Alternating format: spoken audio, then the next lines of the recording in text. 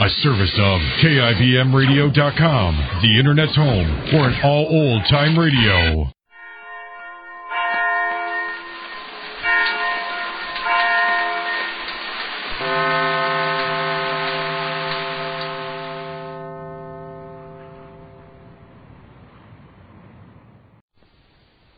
The Adventures of Sam Spade, Detective. Brought to you by Wild Root Cream Oil Hair Tonic, the non-alcoholic hair tonic that contains lanolin. Wild Root Cream Oil, again and again, the choice of men who put good grooming first.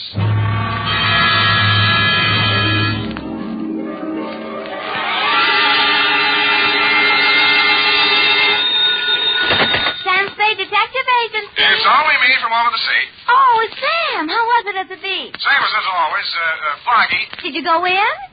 Well, I was up to my neck from the first rumble. If you mean did I go in the water, I did. Was it cold? I didn't notice. I was too busy landing a corpse. Oh, Sam, what a coincidence.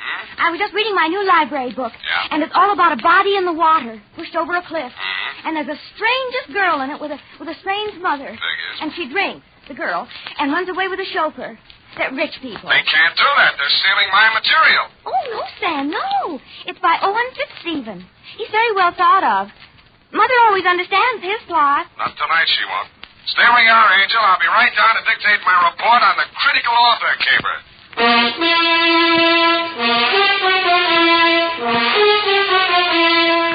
Dashiell Hammett, America's leading detective fiction writer and creator of Sam Spade, the hard-boiled private eye, and William Spear, radio's outstanding producer-director of mystery and crime drama, join their talents to make your hair stand on end with the adventures of Sam Spade. Presented by the makers of Wild Root Cream Oil for the hair. You know as well as I do, fellas, your hair is one of the first things any gal notices. So it's really important to keep your hair spruced up right all the time. The answer? Why, of course, Wild Root Cream Oil Hair Tonic. Wild Root Cream Oil grooms your hair neatly and naturally, relieves dryness, and removes loose, ugly dandruff.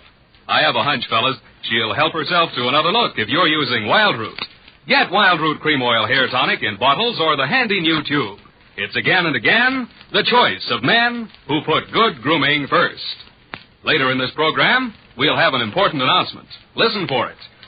And now, with Howard Duff starring as Spade, Wild Root brings to the air the greatest private detective of them all in the adventures of Sam Spade.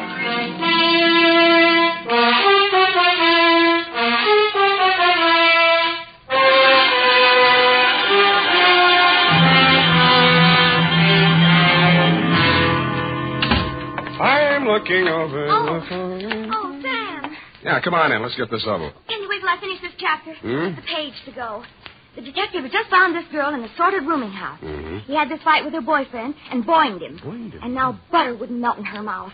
But I don't trust her. What's the name of the book? Morgue Fruit. Morgue Fruit. His last was a spindly stiff. Mm-hmm. That was about this neurotic nurse who was in love with her employer. Effie, how long have you been reading this kind of trash? What's not trash, Sam? Well, he really makes his characters live. Mm. And I love his detective. He's real hard-boiled, like in Dashiell Hammett. Dashiell, damn it. Mark your place and come in. All right, Sam. Oh, dear. Ready? Yes, Sam. Oh, I can hardly wait. That's the way I like you, eager. To finish the chapter, I mean. Please. I wonder what she's up to. She's guilty, of course. Of course, but what of? You can read it when I'm finished. Oh, my goodness, we've got a report to get out, and here we are chattering about books. Date, August? I will give the date. Yes, Sam. Date? Fill it in. To Missing Persons Bureau, San Francisco Police. Attention, Sergeant Schwartz. From Samuel Spade, license number 127596. Subject, Gabrielle Leggett. Dear Dave, I should have handed it over to you at the start, but you know me, I'm greedy. I cashed the check she'd sent me as a retainer without consulting my better judgment. Gave the money to Effie to pay bills without batting an eye. Borrowed a dime car fare from the corner newsboy without collateral. And arrived in front of the Leggett Mansion on Nob Hill without the foggiest notion of what I had been retained for. I'm Gertrude Leggett, Mr. Spade. It's about my stepdaughter, Gabrielle. She's been missing since the funeral. Whose funeral was that, Mrs. Leggett? My husband, Gabrielle's father. That was nearly 3 weeks ago. She came to me afterwards and said she was going down to Quesada, to our country place, for a few days. That she wanted to be alone with her grief. But I discovered that she never arrived at Quesada. Do I make myself clear, Mr. Spade? Yeah, except for one thing. Why do you want her back? First, she may do something to disgrace me. She'll undoubtedly try her best to do so. Secondly, unless I get her signature to some papers, in accordance with her father's will, I can't go on living in this house. Furthermore... That's okay. You've convinced me. Now, when she left, what did she take with her? Just one piece of light luggage, and her liquor case, of course. She drinks, you know. No, it's not my place to disapprove. I merely thought it might help you to know. Well, we could case all the bars in town, but it'd take a lot of time and a lot of money. Besides, I'm on the wagon. Well, you might talk to Eric, my chauffeur. He drove her to the station, or says he did. Where do I find him? Let's see. 10 o'clock. He'll be loitering down the hall somewhere in the neighborhood of the linen closet, helping the upstairs maid fold the sheets. I'd knock first if I were you and avoid embarrassment. Thanks for the tip. Oh, mind if I have a look at your stepdaughter's room? Eric will give you the key. I'm not allowed one. Figures. Oh, Harry. Oh, lady. Darling, you great big Oh. Excuse me, sir. Thank you for your kind assistance, Mr. Collins. It's okay, Myrtle. Anytime. Yes, sir. You Eric? Collinson, what can I do for you? I'd like the key to Miss Gabrielle's room. You the law? Why? You expecting some? The old lady's been threatening to yell cop. She decided to whisper instead. Oh, private dick. You catch on fast, lover boy. Okay, I'll let you in her room. Come on. Mrs. Leggett says you drove Gabrielle to the station. She says that, does she? Isn't that what you told her? I'm not telling you what I told anyone. Suit yourself. After you. Mm-mm. What's eating you? Nothing at all. Just want some privacy. Oh, now, wait a minute. I'm responsible. Go help Myrtle. Give me those keys. Oh, listen, you... Look. Hey, let me in. Don't have your lights. Her room was, shall we say, untidy. The mirrored dressing table was chipped around the edges, and ranged helter-skelter across it between two polo pony bookends was a mess of books. 3 odd volumes of the Harvard 5-foot shelf, a horse breeder's Gazette, and a bunch of detective novels. I picked one up and opened it to the title page. It was called Morgue Fruit, and it was by Owen Fitzstephen, author of The Corpulent Cadaver, The Spindly Stiff, and The Kiss-Off. It was autographed to the author's great and good friend, the late Edgar Leggett. The signature looked familiar, but it didn't look like a lead. Neither did anything else in the room. I started to unlock the door with the key on the ring I'd grabbed away from Eric, and the light caught the smooth side of a Christopher medal. It was engraved for Eric, forever, Gabby. When Forever Eric went off duty that night, he went across town. The trail ended at a crummy, broken-down rooming house out in the Fillmore. He let himself in with a key and climbed the stairs. I waited until he was out of sight. In more time than it takes to tell, the door cracked open and a nose that could only belong to a landlady razored out at me. She was gumming a sen-sen. What do you want? They get settled in all right? They ain't nobody settling in on me. Never touched me. You got me wrong, Mom. I meant the newlyweds. Did they raise the rent money all right? Oh, them. Raise it and spend it. He's a Dick Smither. Dick Smither. Stops it up all day and throws the dead soldiers out the window. And they call it a honeymoon. Who are you? I'm her ex-husband, darling. I came to pay her the back alimony I owe. Well, give it to me. I'll see she gets it. Oh, no, you don't. No, don't you come pushing in here. Quiet. It's after hours. Don't allow callers in here after 10 o'clock. House rule. Shut up. Well, I don't... What's their room number? Now, give it to me or I'll shake it out of you, darling. 212. 212. And if it weren't for these new uppers, I'd let you try it. Oh, is that what those are? Thank you, Grand Duchess Marie. Smart Alec. No wonder you can't hang on to a woman. You're so right. You drove her to drink. I did not. Alimony's still good for you, young whippersnapper. Who is it? Western Union. All right, let me... I told you to stay away. Now beat it. Eric, what is it? Look, Eric, I don't want any trouble, but I'm coming in. Over my dead body. Eric? Get back in the room, Gabby. Now, look, I won't let you hurt her, so... Now, look, Collinson, don't make me do it. don't I get don't wise. want to. Okay, I'm sorry. Eric! What have you done to him? Nothing a bucket of cold water can't cure. Sit down. I want to talk to you. Who are you? Sam Spade. I'm a private detective. Your stepmother hired me to find you. Oh? You know why she wants to find me? Do you? She wants to kill me. She killed my father, now she'll kill me. Can you prove that? My father never had a day's illness in his life. He could drink 3 quarts of brandy in any evening. Do you believe a man like that could die of heart failure? Frankly, I could. Now she's starting the same kind of talk about me. She wants to railroad me to the insane asylum. Do I seem crazy to you? No. A little nervous, maybe. This idea you have about your father's death. Talk some more, will you? All right. I'll tell you the whole thing. But I gotta have a drink first. Hey, I can't get the top off. Give me a hand, will you? Sure. Now, you need a corkscrew for this one. Yeah, I think there's one down there in the cupboard. I don't see one. Back in the corner. A little farther. There. No, there's nothing in... Hey! Ow! I dreamed I was a character in a detective story. The title of the story was Morgue Fruit, and the author, a man named Fitzstephen, was trying to figure out a way to turn me into a red herring before knocking off his number one suspect. I tried to tell him it's against the rules to make your detective a red herring, but he said it was a new kind of murder yarn, and it didn't matter anyway because there wasn't even a victim. That's what he thought.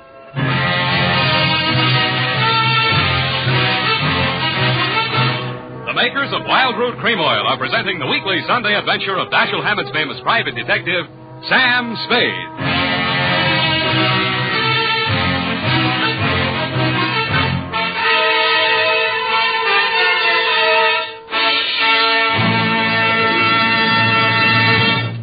Now, here's important news on good grooming.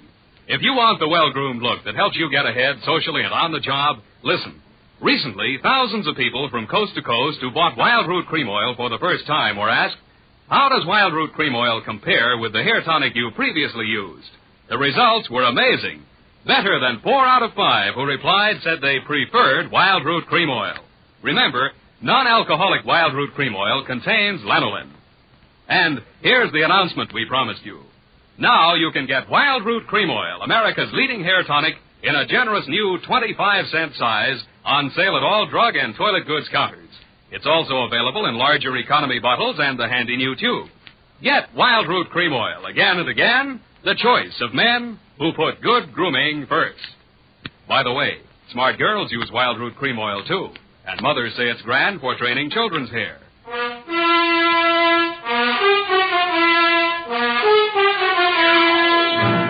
And now, back to the critical author, Caper. Tonight's adventure with Sam Spade.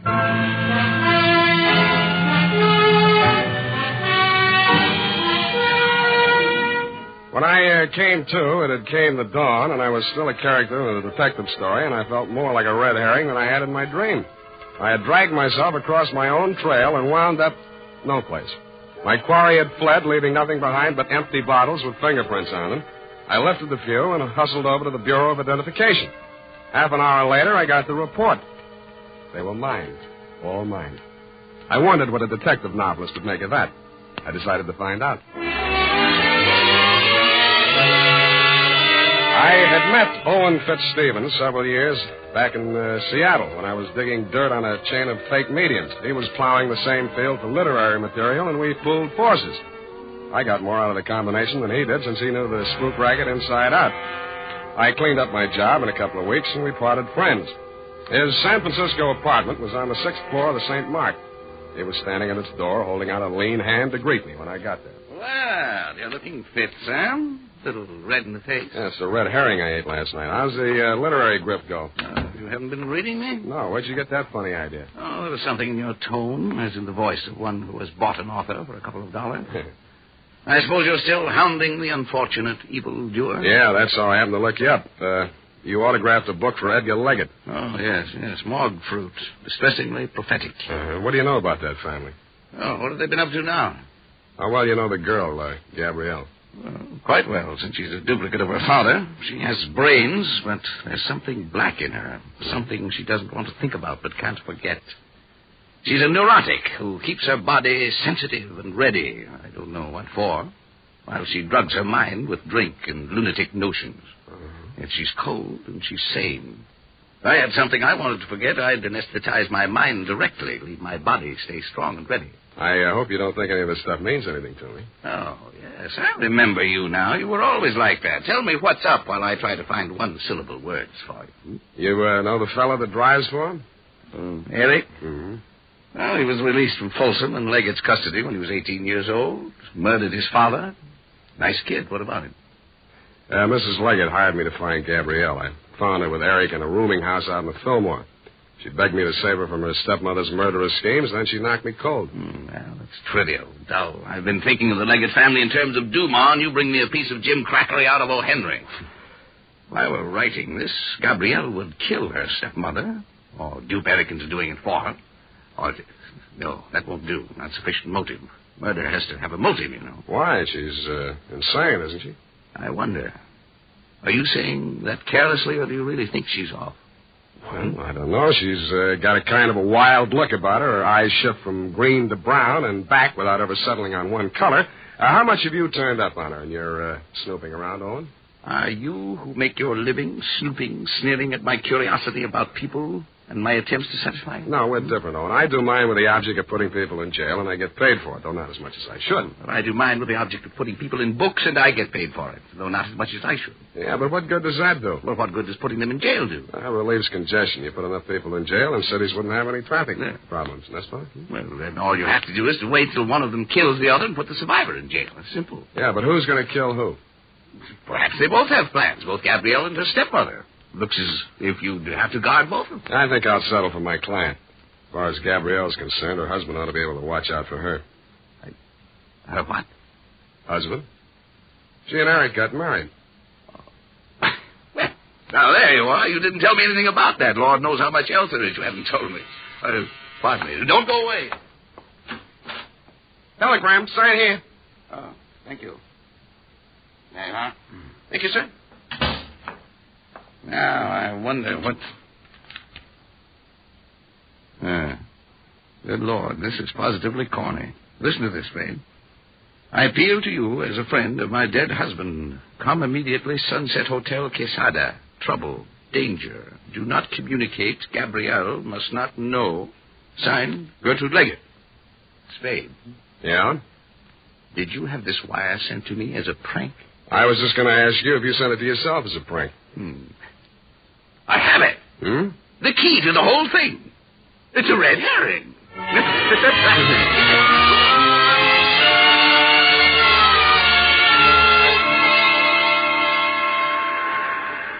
I didn't think Fitzstephen would be able to hold out very long against his professional curiosity, and I didn't imagine he thought I would.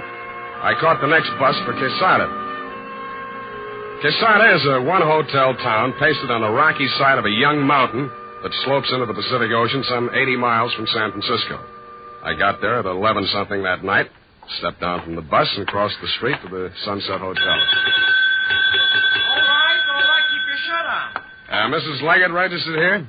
What's your name? Owen Fitzstephen. Oh, she left a message for you. Said for you to wait right here and don't leave till she gets back. Yeah, she say where she was going? Oh, it's probably over visiting with her daughter and new son-in-law, over to the cove. How do you get there? Well, you'll never be able to find it at night unless you went all the way around by the East Road. Not then, I'm sure, unless you knew the country. Well, how do you get there in the daytime? Well, you go down this street. You take the fork on the ocean side and follow that up along the cliff.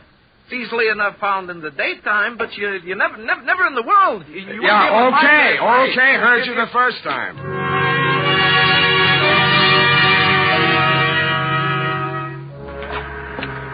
So I waited until morning. Stupid me. I found the road out to the point, but it had never really been a road. The side of the ledge became steeper and steeper until the path was simply a narrow shelf on the face of the cliff. The cliff that sheared off 150 feet or more to ravel out into the ocean. A breeze from the general direction of China was pushing fog over the top of the cliff, making a noisy lather of seawater at the bottom. Rounding a corner where the cliff was steepest, I chucked my cigarette over the edge and watched it spin downwards. And that's when I saw it.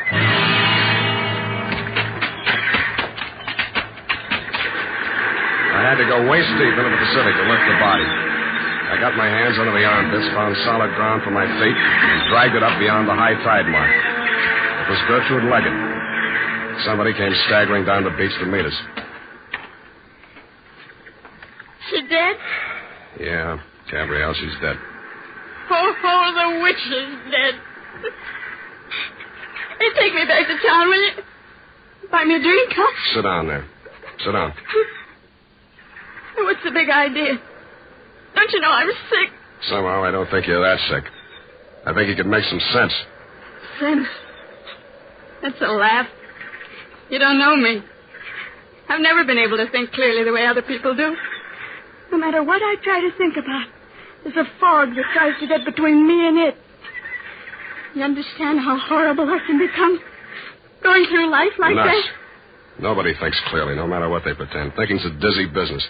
A matter of catching as many of those foggy glimpses as you can and fitting them together the best you can. Trouble with you is you've been enjoying your misery. You've been so busy trying to prove that you're nuts, it's a wonder you haven't really proven yourself nuts. How do you know I haven't? Because you're too anxious to admit it. All right, I'm sane if you want it that way. I'm just evil. There's something black inside me. What was that again? Something black. Everybody knows that about my family. My father, too. Who told you that? I always knew it. They say my real mother killed herself. But I know better. I know how to open the drawer where she keeps the gun. Every day Gertrude lies on Mother's bed, and we play Killing the Witch. Yeah? And she comes in the night and bends over my crib. And she's changed herself so she looks like Mother instead of the witch.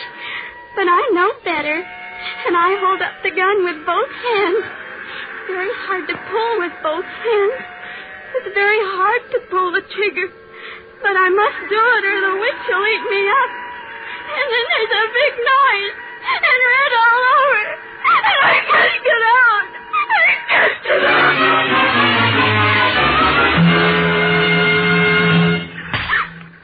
Now listen to me. You were beginning to make some sense. Now don't run away from it. Gertrude was lying on your mother's bed. That's your stepmother? Yeah. She was my nurse. She married Father. Not so fast. How old were you when your mother died? 4. 4.5. Did your father know about the game with the gun? No, I don't think so. Did anybody? Gertrude said I must never tell anyone, because they'd send me away. And I never did. Not till I grew up. I was with Owen Fitzstephen. Yeah. I had a lot to drink. I told him. After that, he began seeing Gertrude. And finally, my father died. But it didn't do her any good, because Owen really loved me. Now, watch it. Now, let's get this straight. You'll have to straighten it out again later on with a doctor to help you. This is to help me.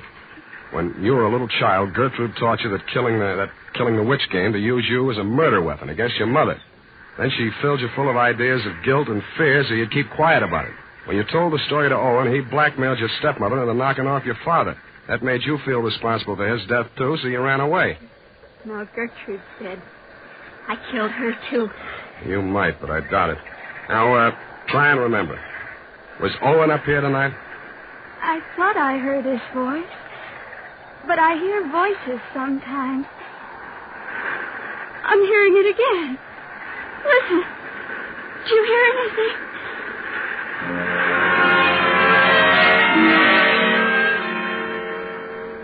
I didn't hear anything but the wind and the beat of the surf at first. But when I did hear the voice, I sent Gabby for a doctor before I investigated. He was pretty badly mangled in the rocks. He'd fallen nearly as far as he'd pushed Gertrude, but was still alive. I made him as comfortable as I could, and finally he opened his eyes.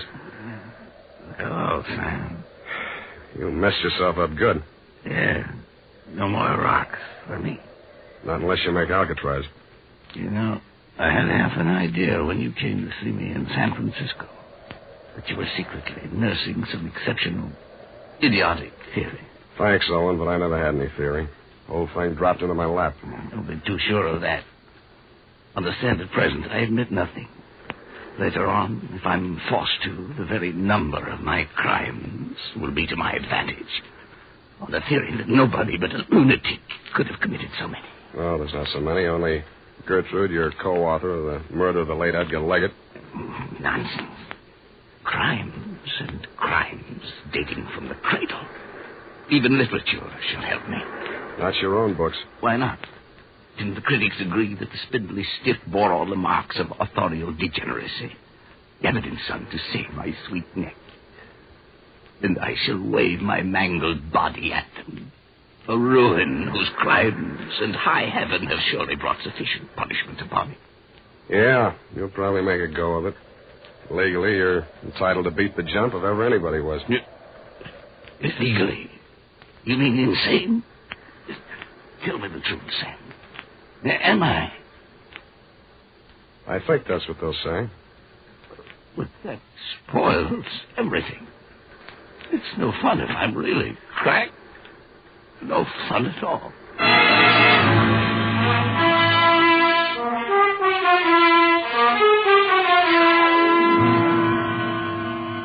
Period and a report.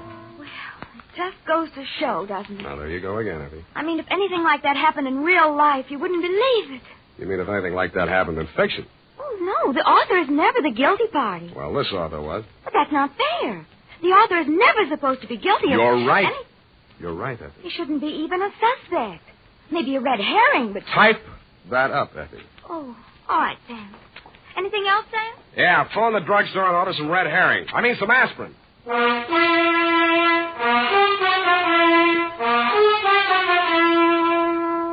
More and more folks are turning to famous Wild Root Cream Oil every day.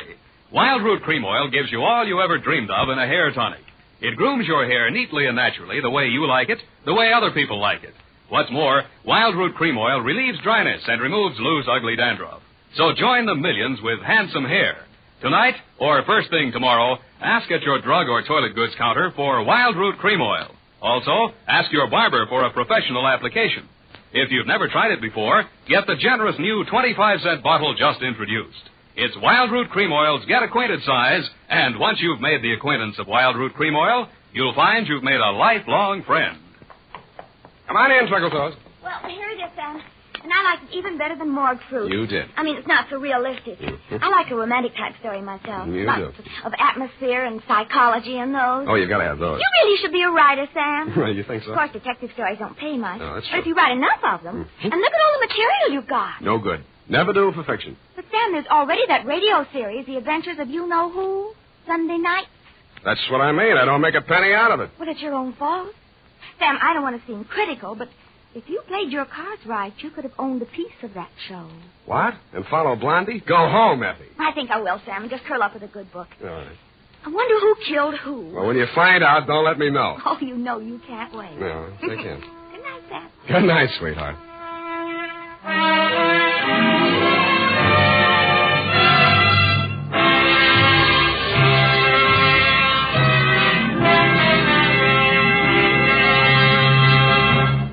The Adventures of Sam Spade, Dashiell Hammett's famous private detective, are produced and directed by William Spear. Sam Spade is played by Howard Duff. Lorene Tuttle is Effie.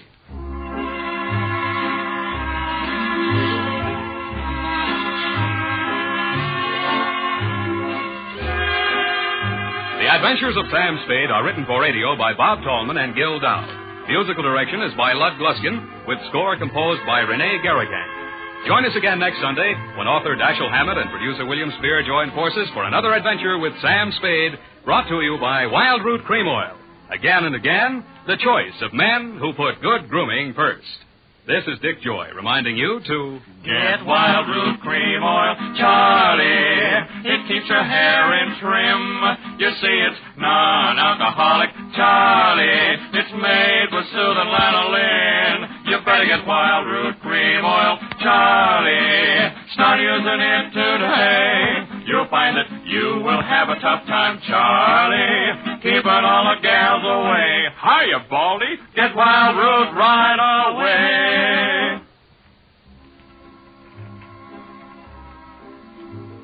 This is CBS, the Columbia Broadcasting System. The Adventures of Sam Spade, Detective. Brought to you by Wild Root Cream Oil Hair Tonic, the non-alcoholic hair tonic that contains lanolin. Wild Root Cream Oil. Again and again, the choice of men who put good grooming first.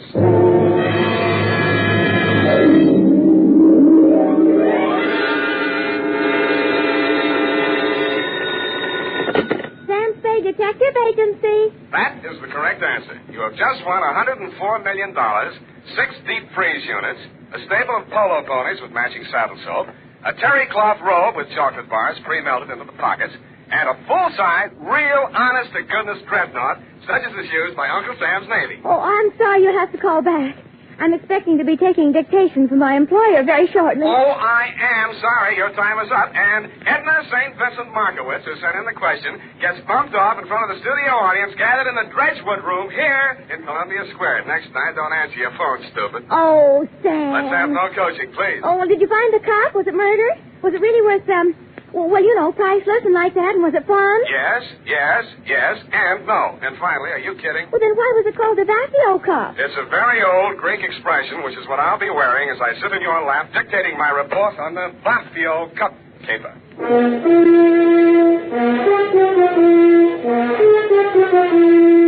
Dashiell Hammett, America's leading detective fiction writer and creator of Sam Spade, the hard-boiled private eye, and William Spear, radio's outstanding producer-director of mystery and crime drama, join their talents to make your hair stand on end with the adventures of Sam Spade.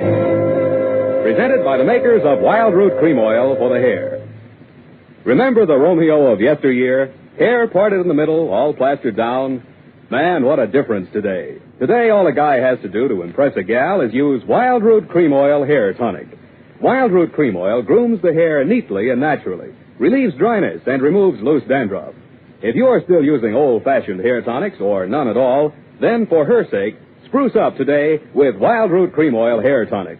In bottles or the handy new tube, it's again and again the choice of men who put good grooming first.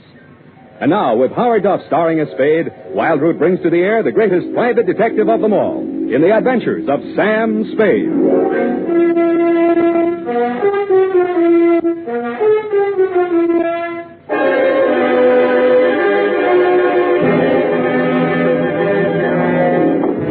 Blow the man down, police, blow the man down. Why do they want to blow the man down? Date, August 22nd, 1948, to Jethro Chiswick, Esquire. Oh, spelling, Sam. E-S-Q-U... No, Sam, I meant the name. It's, Chisro Jeswick. I did not say Chisro Jethwick. I said Jethro Chiswick. I mean, Chisro... look, we'll check it later. Oh, Sam, it might... I have an uncle in Berkeley named Smithwick. Leave your family out of this, Eth. But he's only by marriage, Sam. It's quite a common name. Name 3 people named Chiswick. No, Smithwick, Sam. Let's see, there's Uncle George and Aunt Amelia by a previous marriage. Then there's my cousin Rupert on the Christie side. When you have finished ruminating amongst the foliage of your family tree, Miss Perrine. Well, I only mentioned it in all right, that name that you start thought you... all over again. Tear out that page. Yes, Your Highness. No, please. No need to curtsy. To Jethro Chiswick, no comment, please. From Samuel Spade, license number 137596. What's that? Nothing, Sam, nothing. Throat. Subject, the Vaphio Cub Caper. Dear Commodore, that's the way I like you. Neat. I'd always considered myself fairly well-versed in the subject of cups. But if anybody had told me there was such a thing as a Vaphio cup, they could have knocked me over with one, which they did. Mr. Spade? Yeah. I'm Chester A. Brody. I talked with your secretary on the phone. Do you follow? Oh, yes, Mr. Brody. Sit down. Rest your package. Thank you. I prefer to hold it for the time being. My card, sir. Theophilus and Brody, importers and exporters, mm-hmm. Mr. Theophilus is my partner, Dimitri Theophilus. You follow? I follow. It was Mr. Theophilus who brought the Vaphio Cup into the firm. I furnished the cash capital. Vaphio Cup, I do not follow. Yes, indeed. The only one of these treasures to fall into private hands. One of the fabulous Vaphio Cups. Those exquisite and cunningly wrought examples of the art of the ancient Grecian goldsmith, excavated by the great Schliemann from a beehive tomb in Sparta. Beehive. Mycenaean age. Just west of the Lion Gate. Oh, the Lion Gate. Pardon me, Mr. Brody. Are you trying to tell me that this cup is very valuable? Priceless. And that you will finally manage to find a buyer? You follow? And that you want me to deliver that package containing your priceless cup in return with your customer's cash? Accurately put. I presume you're bonded. Uncork me and see for yourself. You are a droll fellow, to be sure. I had a light breakfast, drolls and coffee. Now, what is this Vaphio Cup? I will show it to you. You are about to see a treasure but few eyes have looked upon in our time, Mr. Spade. The Vaphio Cup. Handle it carefully. It's fragile. You could crush it in your hand like so much tinfoil.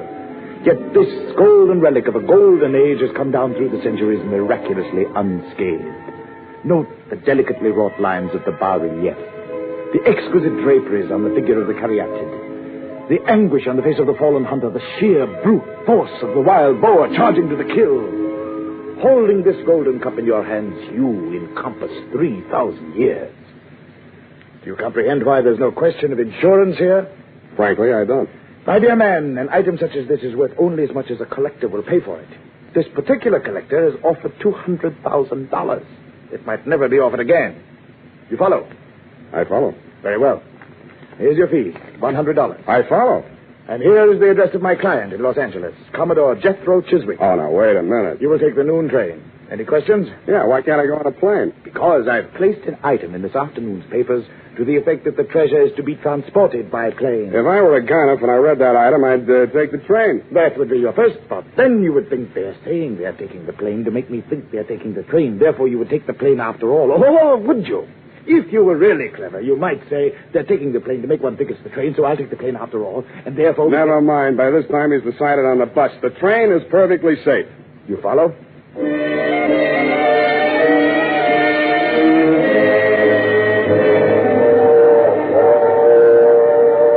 The package was light in the drawing room, and the train was comfortable.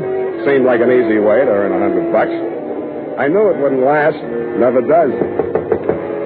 I was prepared for the knock on the door, and I got ready for the inevitable small, dark man who plays the Peter Lorre part, but this one fooled me. He was a tall, thin actor with sandy hair. Okay, Shamus, hand over the package. You won't be no trouble. Sure, there it is on the seat. Take it. Huh? It's okay. You got me covered. I won't make any move. Hey, what are you trying to pull? It's a stick-up, isn't it? Maybe I got the wrong compartment. No, that's it. The cup's in there. Unwrap it and see for yourself. Oh, no, you don't. I ain't picking up no booby traps. Oh, you're yellow, huh? I know that one, too. Don't cut no ice with me. Suit yourself. Game of gin? Hey, you're nuts. I'm getting out of here. Hey, wait a minute, pal. I'll buy you a drink. I don't drink.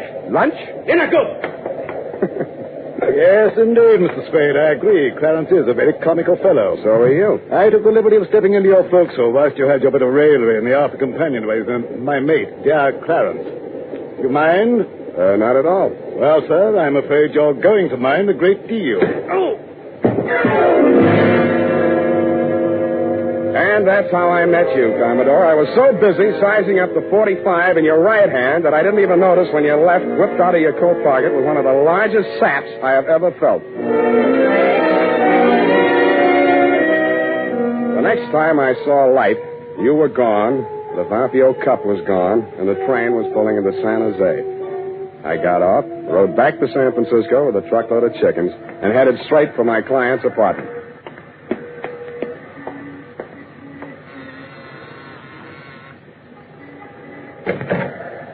You got here quick. Yeah. Come in. Thanks.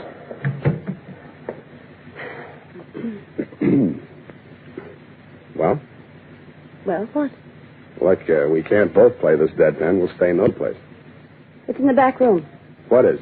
The body. You're from the police, aren't you? I'm a private detective. How dare you? Hey, what was that for? For spying on me. You and all the other cheap gumshoes my husband hires. You're Mrs. Brody? I'm Enid Theophilus.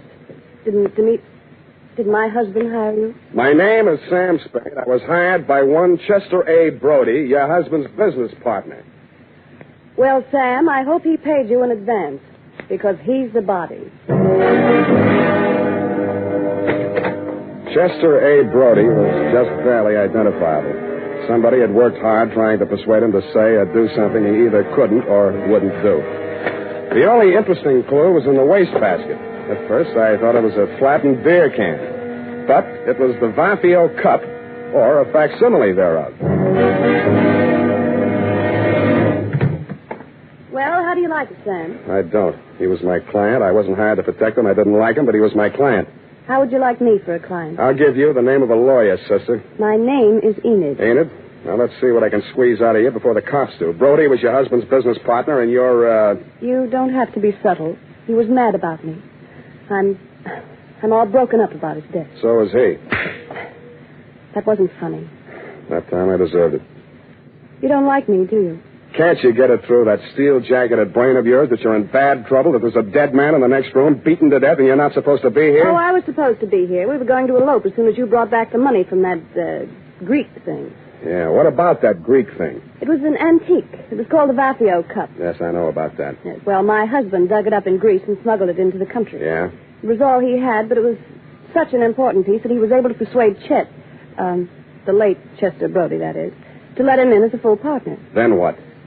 Well, they quarreled. My husband made some bad investments, and Chet wanted to sell the cup to save the firm. Dmitri refused. I didn't think it was fair, so I got the keys to his safety deposit box where the cup was, and Chet arranged to sell it to the Commodore. Did you get the money from the Commodore? All I got from the Commodore was lumps. He stole the cup? Roger. You've got to get it back. I've got it. Where? Here, take a look. It's ruined. Where did you find it? In a trash basket where it belongs. Dmitri did it. He must have suspected something and substituted a fake. That's it. He knows where the real one is. Somebody thought that your boyfriend knew. The one that killed him? That's the way it looks. Maybe that's the way it was meant to look. You know, somebody might get the idea that you palmed the genuine when you got it out of that safety deposit box. If I did, it was legal, and don't you forget it. A wife can't steal from her husband. Legally, they're one person. You can't steal from yourself. That's the law. I was wrong. You don't need a lawyer. Will you help me? I may hurt you, and it'll cost you anyway. I know what's good for me. Money. Find that cup.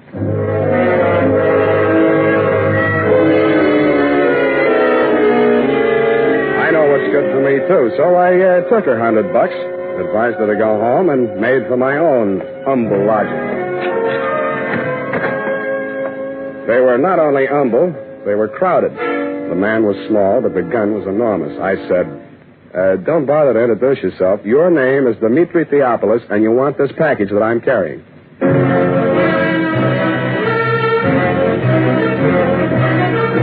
The makers of Wild Root Cream Oil are presenting the weekly Sunday adventure of Dashiell Hammett's famous private detective, Sam Spade.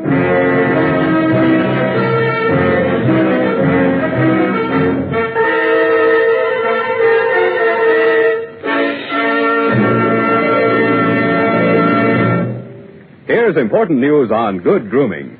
If you want the well-groomed look that helps you get ahead socially and on the job, listen.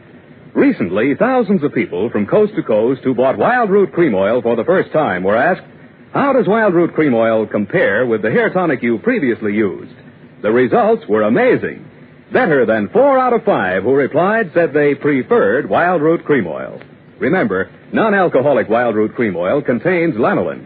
It grooms the hair naturally, relieves dryness, and removes loose, ugly dandruff.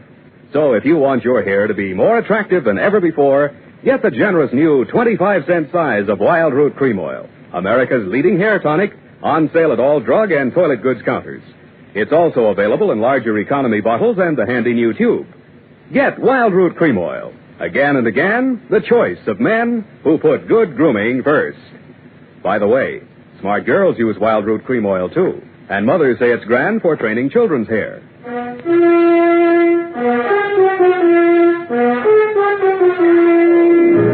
And now, back to the Vaphio Cub Caper. Tonight's adventure with Sam Spade.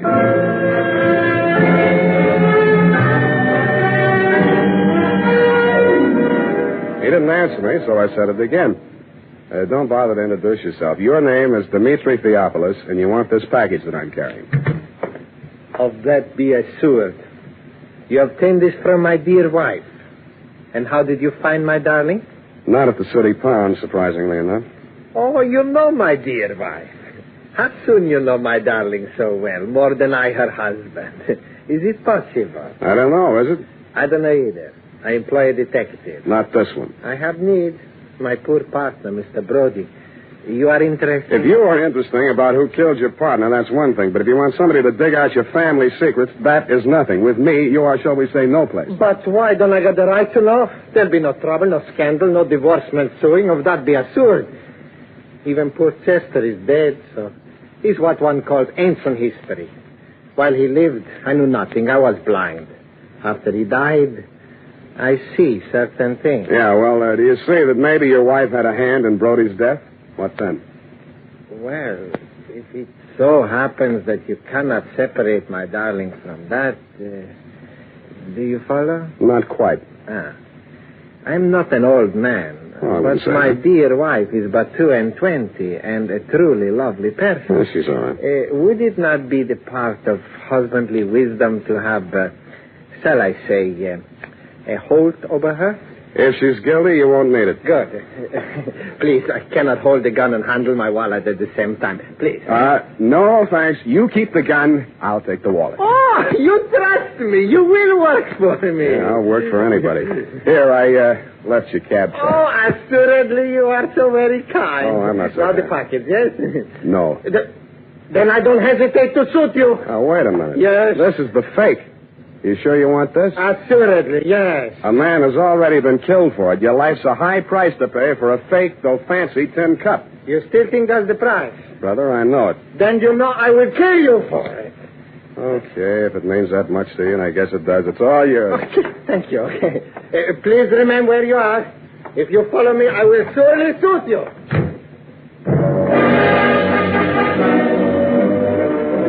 From my front window, I watched them come out downstairs and start across the street. Then it happened.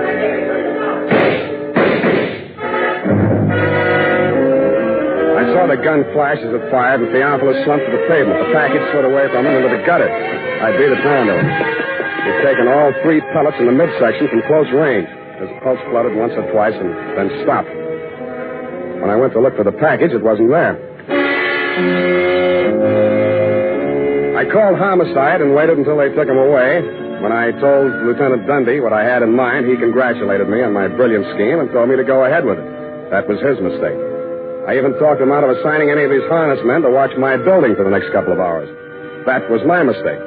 I went upstairs, opened the bottle, and waited for your knock on my door, Commodore. Well, sir, a man would almost think you expected us. Keep a weather eye on him, Clarence. Don't let him get lured. Aye, sir. Welcome aboard. No time for scuttlebutt, Mr. Spade. We're bound for Bullylong Bali on the lookout for Maru, sailing at dawn. I want that cup. The true, the genuine, the Vaphio Cup. No more deceptions, no more trickery. You will hand it over without further delay. Sure. Be glad to. Oh, no, not like that. You will tell Clarence where it is stowed, and Clarence will fetch it above deck. Why, you old barnacle. Theophilus never had his mitts on a genuine Vaphio Cup. Bilge water, sir. When Theophilus landed in San Francisco, he didn't have a farthing. Now he owes $500,000. If he hadn't got the genuine cup, how could he have borrowed all that money? Because a bunch of morons like you believed he had it. Lost my binnacles, man. You sound as though you believed what you're saying. Look, Commodore, you're interested in high finance. Now, how did Ivor Kruger make his millions?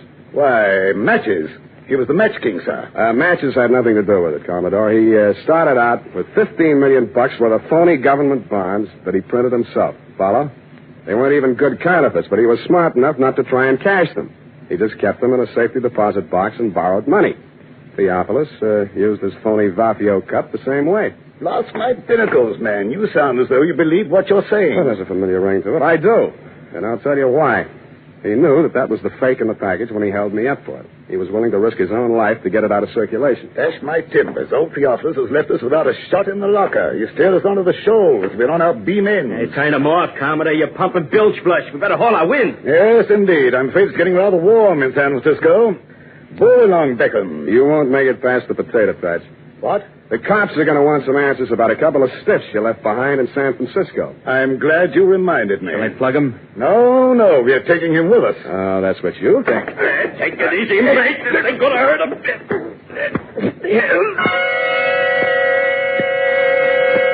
A reek of chloroform filled the room, and a fist pounded into my belly. It knocked my wind out, and at the same time, my nose collided with something wet and cold. I swung out, but didn't connect. Before I could swing again, the room blurred, and the ceiling light floated down to meet me. Then the lights went out altogether.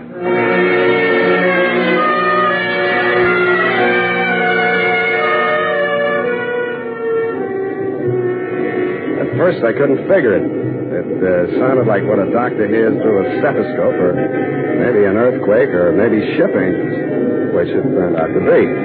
When the lights came on again, I was lying on a bunk in a stateroom. I staggered across to the wash basin and splashed water on my face. Hello, you. Enid, as I hardly live and breathe. It could get worse. Yeah, where are we? Oh, not very far out. Not past the Farallon. Good. I'm a stowaway, and they'll put me off with the pilot. Oh, no, you're not. Your passage is paid. Mine? It is, huh? It is. Do you know who you are? Who am I? Chester Brody. Then I'm dead. They'll bury me at sea. Roger. Who are you? I'm your widow. What's the score, widow? Chester and I booked passage on this ship a week ago. It was part of the plan. Chester and the Commodore worked it all out. Yeah, the cup was to have been stolen from me on the train. Yes, but when the Commodore discovered it was a fake, everything fell to pieces. Yeah, he thought Chester was double-crossing him. They forced Chet to talk. He told them Dimitri still had the genuine Vaphio Cup and had hired you for the double cross. Maybe he really believed it. Anyway, they killed Dimitri. Yeah, well, there's nothing on them yet. But you're a material witness, sweetheart, to at least one of the killings. That's extraditable. When that dawns on them, they'll scuttle you, too. It's already dawned on them. I'm desperate. Yes, I noticed. To you, you're practically hysterical. We have to face facts. Yeah, well, give me a couple to face right now. Where are the Commodore and Clarence? Up on the bridge. Good. All you have to do is walk straight up to the captain. He'll put him under arrest. Well, that might be a good idea, darling. Only what? Only the Commodore is the captain. That's horrid. Your salty talk had fooled me, Commodore. I never dreamed that you were really an old sea dog, and I do mean dog. But two can play at that game. From my own intimate knowledge of sea story magazines, I realized that all hands would be turned to in the cargo gear, and the crew quarters would be, therefore, empty. In more time than it takes to tell, Enid and I had fitted ourselves out in dungarees, jumpers, and watch caps, and turned to with them.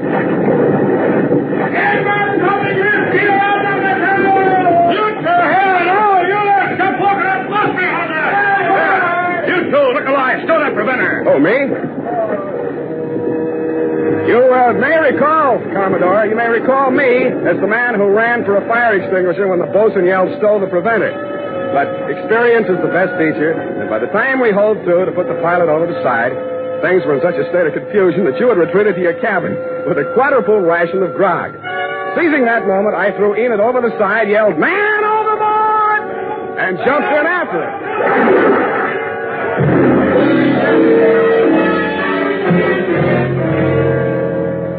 Once safely aboard the pilot schooner, we revealed our true identity, and a merry laugh was enjoyed by all. It dropped us at the foot of Market, and we waved warm farewells to our erstwhile rescuers, then to the snug haven of my office in a friendly cup, if you'll pardon the expression, in the grateful warmth of a gas radiator. Unhealthy. Who, me? Gas fumes. Why don't you move into a building with steam heat? I like this building. I've been here for a long time. You don't make much money, do you? You don't have to rub it in. It's a living. You happy? Sure I am. Well, guess it's all right then. You know, sweetheart, there's something missing in you. Huh? What? I don't know. And then how do you know? Forget it. Well, I guess I'll go. Do you mind if I don't see you to the door? Why should I? What? Hey, you are human. Yeah, they're wet. Go ahead, sweetheart. Cry all you want. It's been tough. You shouldn't have kept it bottled up this long. Well, it's not what you think. Well, what is it? It's you. You're so nice. I'm nice. Yeah, but you're no place. You never will be. And neither will I.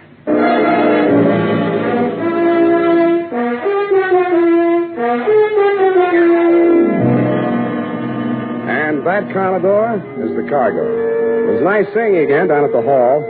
They tell me you and Clarence are both trying to turn state's evidence. But according to the late bulletins, Clarence was leading by a neck in the stretch. Get it? The DA was afraid the jury might not understand your salty talk. Period. End of sea chanty. Oh, Sam. Yes, what? Oh, Hmm? oh I just can't. Oh, why can't you? Are you feeling okay, F? Oh, Sam. You betrayed your trust. You... Effie, speak to me. What is it? I betrayed my trust. What? Those criminals were on that boat. Yes? And you jumped overboard. You feel that I was recalcitrant? Is that it? That my actions were not true blue, clear cut? Is that it? Oh, I'll just go type this up, and I'm sure you can explain. hope you can. I hope. Sour racket.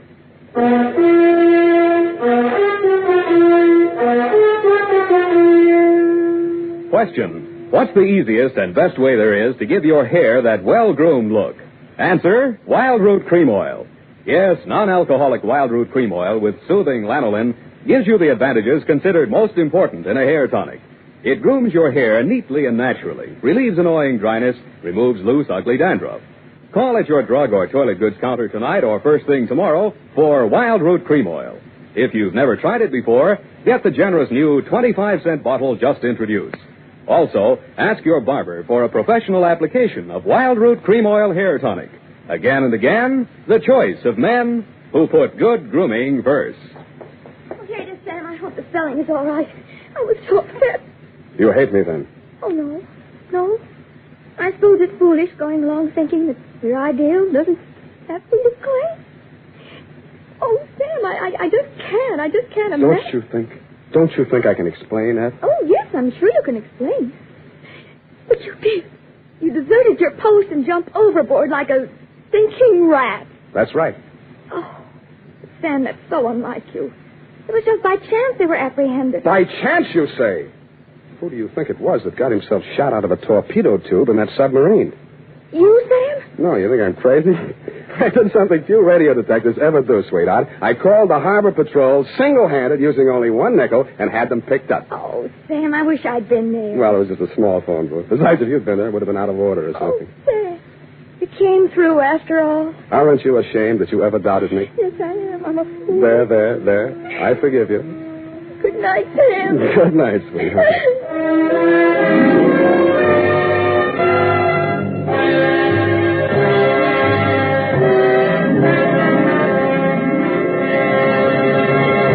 The Adventures of Sam Spade, Dashiell Hammett's famous private detective, are produced and directed by William Spear.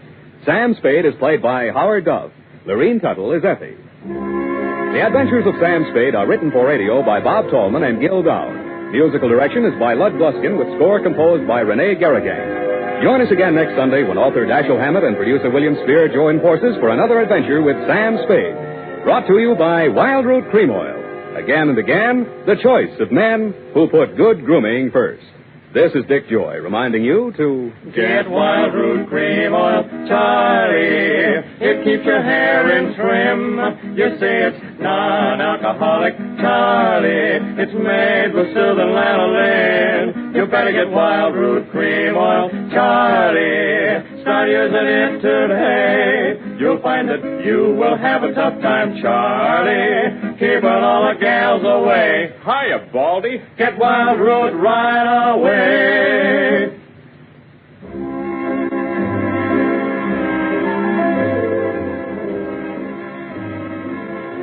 This is CBS, the Columbia Broadcasting System.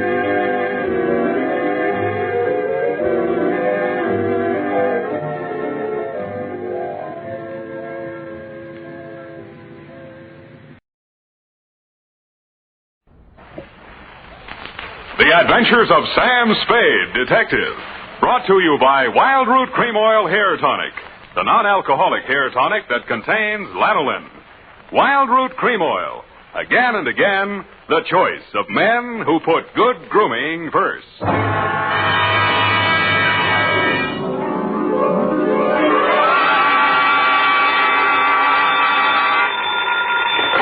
Sam Spade Detective Agency. Hey, it's me, Sammy the Spade. Sam, it's not true, is it? Every word of it. What? That you've been consorting with unsavory characters? Well, she was a savory enough girl, Effie, although a crook.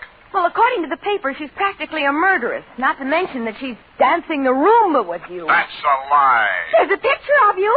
Virginia Vale, gangland glamour girl, caught at the Club Iberia in barefoot Roomba with private eye. It was not a Roomba. It was a bambuco. Oh, Sam, not over the phone. I can't stop it. Stay where you are. I'll be right down to dictate my report on the Lawless Caper.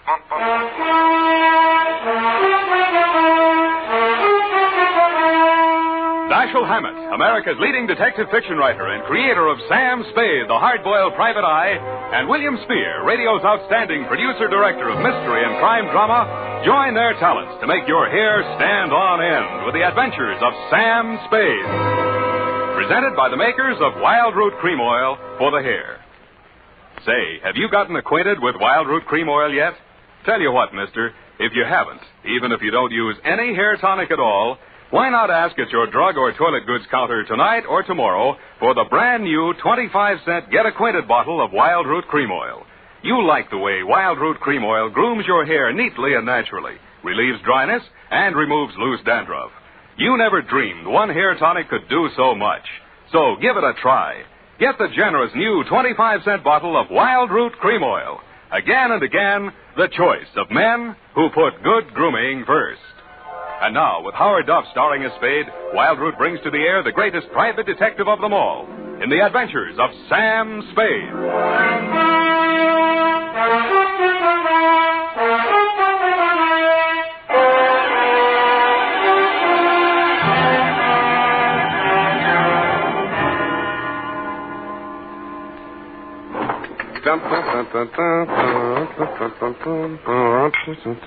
I think I'm getting it now. You even lost your shoes. Ready, sweetheart? Yes, Sam. No questions? No, Sam. That picture in the paper doesn't mean a thing, Effie. There was nothing between Virginia and me. Just wasn't room. Well, that bambuco, you know, that's the way we dance it. Authentic. Sam, I troubled to call my girlfriend, Edna Mae Schwartz, who is an instructor at Arthur Murray's. Mm-hmm. I quote, "The partners exchange graceful nods in the center of the dance floor and then separate. Well, As the senorita provocatively leads the pursuing caballero through a series of gay whirls, turns, and figures." There you see, provocative. But he never catches her, Sam. Well, I had my shoes off. That gave me the advantage. You know best, Sam. Well, that clears that up. Date? August 29th. I will give the date. Fill it in. That still doesn't explain your operating on the wrong side of the law. Down, Effie. This goes to John M. Lawless. A known gangster. What else? From Samuel Spade, license number 137596. Dun, dun, dun, dun, dun. Boom. Well, thank you, Effie. Subject, Joe Morales. Dear Johnny, you hired me yesterday morning, but the real start of it was back in 45. Flashback. San Francisco was just recovering from VJ Day, and crime was practically at a standstill because your number one competitor in the West Coast mobs had just been rubbed out, and you were on trial for same. Nothing about the trial made any sense. The tea-time chatter in the better pool rooms was that you were taking the rap for your worst enemy, Joe Morales. What made even less sense, the lawyer defending you was Joe's brother. So I wasn't a bit surprised to receive your check for $25, together with an invitation to be in the third row of the courtroom when the jury returned the verdict. I was. The defendant will please rise. Step forward, please. Have you anything to say why judgment of this court should not be passed upon you? Yeah. It's a bad beat. The judgment of this court is that you, John Lawless, for the crime of manslaughter, having feloniously run over, and killed with a certain automobile the deceased person named in the indictment, and having subsequently departed the scene in violation of the hit-and-run statute, are hereby sentenced to a term of 3 to 10 years in the state prison of the state of California. You didn't even look at the judge while he was dishing it out. Your eyes were on the man sitting directly in front of me. The man you were supposed to be taking the rap for. The man you had deliberately planted me behind, Joe Morales. I wondered what that meant. When the judge brought down his gavel, I found out. You came up the aisle with a deputy on one arm and your lawyer on the other. He seemed upset about something. I'm sorry, Johnny. I did the best I could. They've given me the judge I asked You for. passed on the jury, you cheap shyster. Okay, just wait till you get my bill. Shut up. Now, wait a minute, Sheriff. I want to speak to a friend. Hey, Johnny, hurry it. We got a train to catch. Hey, you, Joe. Yeah, Johnny? I got just this to say to you. I'm going up, but I'm not staying, see? If I'm not paroled out in 3, I'll break out. Either way, I'll get you, even if it means a murder rap. Oh, now listen, Johnny. You heard me, Spade? Yeah, Johnny, I wish I hadn't. Well, Johnny, we gotta go. Okay. Don't forget what I said, Joe. So long, Sam. Good luck, Johnny. Hey, Sally. Yeah, Joe? You hear what he said? I know. He's gonna knock me. This guy's a witness named Spade. Spade, my brother Sally. Salvador Morales. You may have heard of me. Yeah, if I'm ever up in a hit and run, remind me not to hire you. Come along, Spade, where we can talk quietly. Just over here. My conference room. Look, we got nothing to talk about. Oh, yes, we have. Watch it. I just got this suit pressed. Yeah, right in here. Sally, is it all over? How did it come out? Where were you? In the air. I couldn't force myself to stay out there. What did he get? 3 to 10. 3 to 10. Is that... Oh, I mean, how terrible. How terrible. Best I could do. This is Sam Spade, my dear. It's Virginia Vale, Johnny Lawless's fiancée. The San Quentin widow. Well, how's Trex, Virginia? Why did they bring you here? Maybe they know. He's a witness. Witness? To a threat Johnny made against my brother's life. My own client. What's funny? Ask your brother. That threat would even get you a writ against him to keep the peace. What do you mean, Sam? Sweetheart, threats don't mean anything in law unless they're backed up by some action. Even if he told you the when, the where, and the how, it wouldn't be worth anything until you're dead. But it would be worth something then?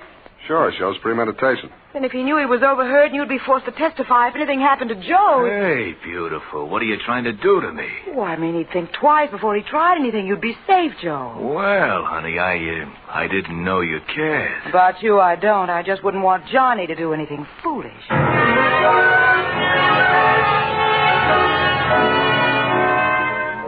End of flashback. That was 3 years ago.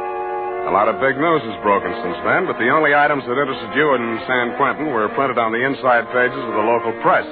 Item: Virginia Vale, your fiancée, got herself engaged to Joe Morellis, your worst enemy. And item: Salvador Sally Morellis, your mouthpiece, had taken over your mob. Which brings us up to yesterday morning. Yeah? That you, Sam?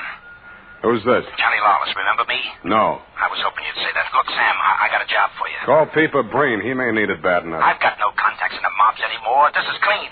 How clean? A chance to save an innocent man from the gas chamber. Well, There's $1,000 in it for you. Wait till I get a pencil.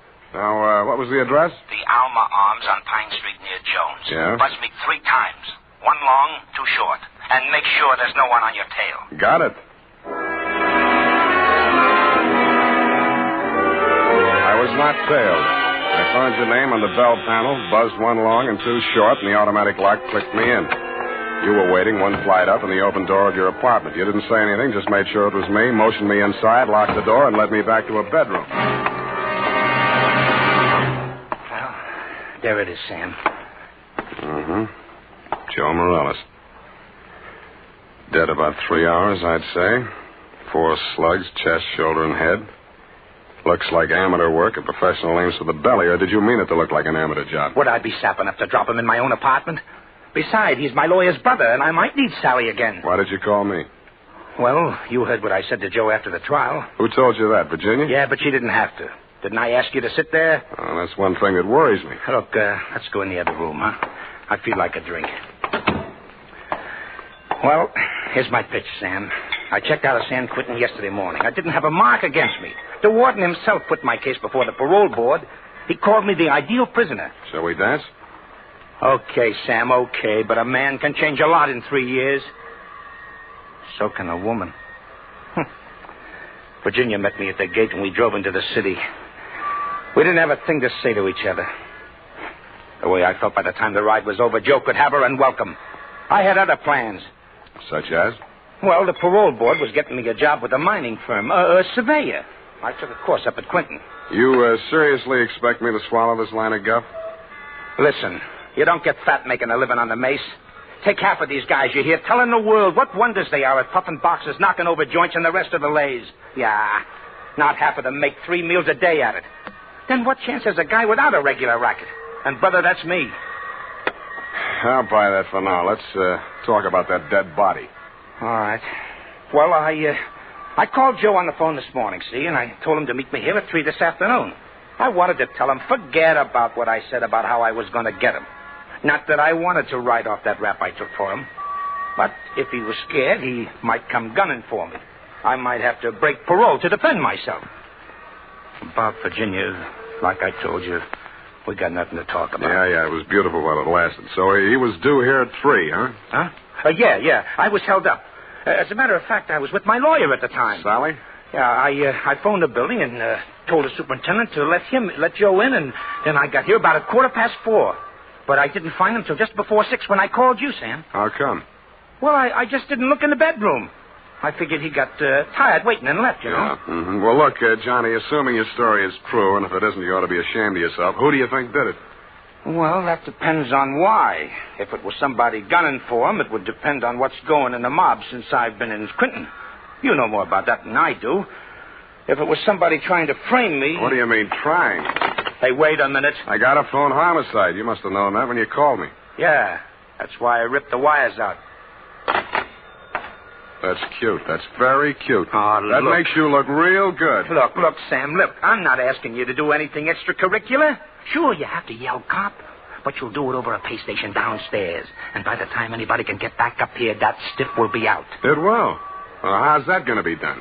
I got a friend in the undertaking business. Met him up at Quinton. He just installed a new crematorium. You should have called him first. I did, but I can call him off. You're stir-happy. Look, Sam, look, how about it, huh? So the cops come in tonight, tomorrow. Who cares? Not Joe, the weather he'll keep.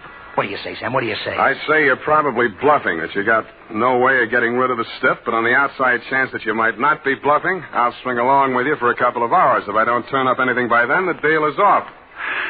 Okay, that's fair enough. Yeah, but this isn't... Hey! Sorry, I got to...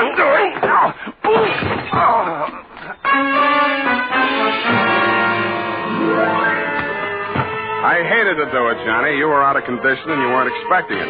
But I wanted you to look like a hospital case.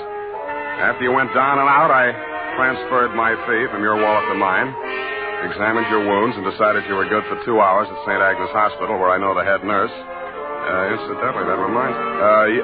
So without further delay, I toted you downstairs, threw you into a taxi, and delivered you to the ambulance entrance. That's when I remembered that I had forgotten one thing. I hadn't given you a chance to call off your alleged undertaker friend. I was sure that part of your story was bluff, but just to make sure, I rushed back to your apartment in less time than it takes the average undertaker to back his hearse out of the garage, I thought. When I got there, I wasn't so sure. The apartment had been tidied up, ashtrays emptied, glasses put away. They'd even vacuumed the rug. The blood-stained bedspread had been removed, and with it, the corpus delicti. I found myself humming an old tune. I ain't got no body.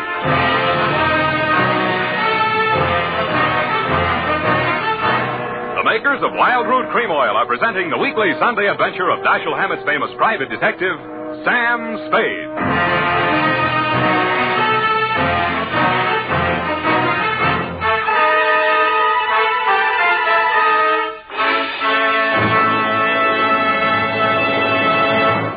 Now, here's important news on good grooming. If you want the well-groomed look that helps you get ahead, socially and on the job, listen. Recently, thousands of people from coast to coast who bought Wild Root Cream Oil for the first time were asked, how does Wild Root Cream Oil compare with the hair tonic you previously used? The results were amazing. Better than 4 out of 5 who replied said they preferred Wild Root Cream Oil. Remember, non-alcoholic Wild Root Cream Oil contains lanolin. It grooms the hair naturally, relieves dryness, and removes loose, ugly dandruff. So if you want your hair to be more attractive than ever before, get the generous new 25-cent size of Wild Root Cream Oil, America's leading hair tonic, on sale at all drug and toilet goods counters. It's also available in larger economy bottles and the handy new tube. Get Wild Root Cream Oil. Again and again, the choice of men who put good grooming first. By the way, smart girls use Wild Root Cream Oil, too. And mothers say it's grand for training children's hair.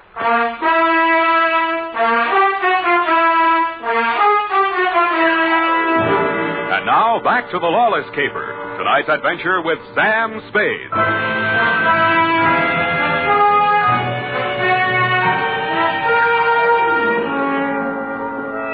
In most murder cases, there are too many suspects, too many motives, and too many clues from the very beginning.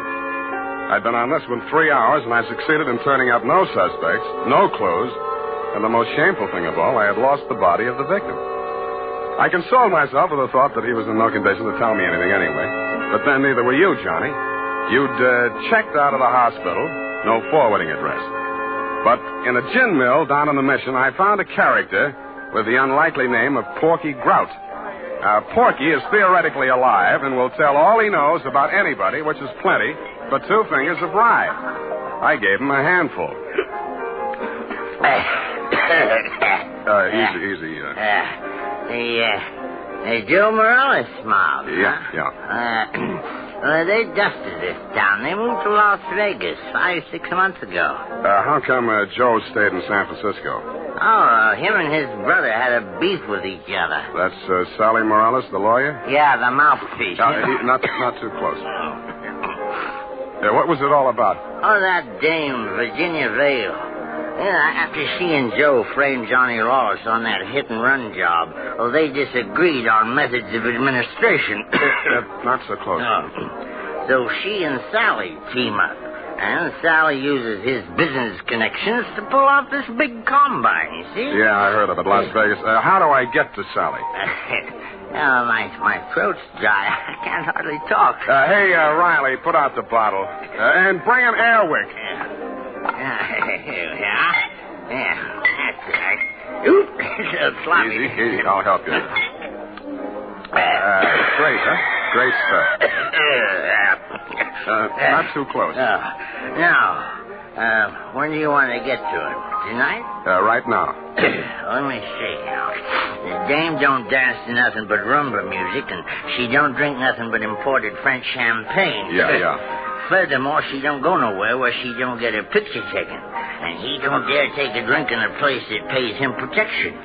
Well, this being after hours, there's only approximately one place they could be at. That's the Iberia out on Van Ness. Yeah. Thank you and good night, Porky Grout. If your friends won't tell you, I will. What? Please don't bother to answer.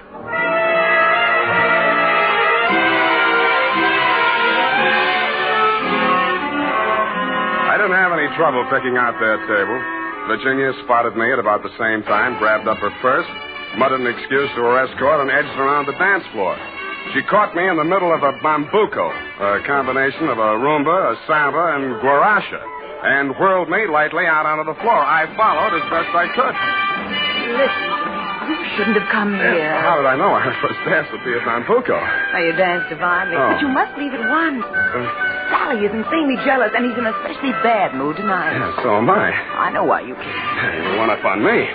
Johnny Lawless has been in touch with you, hasn't he? You talked to him since yesterday morning? No. He's bound to get in touch with you. I don't know what story he's told you, but don't believe a word of it. He only wants to get you out of the way so he can get back at Joe. Joe thinks Joe framed him into San Quentin. No, you can stop worrying about Joe. Sam, what are you... He's dead, if that's news to you. I think you'd better talk to Sally after all. Come on. No, I was just getting the hang of it.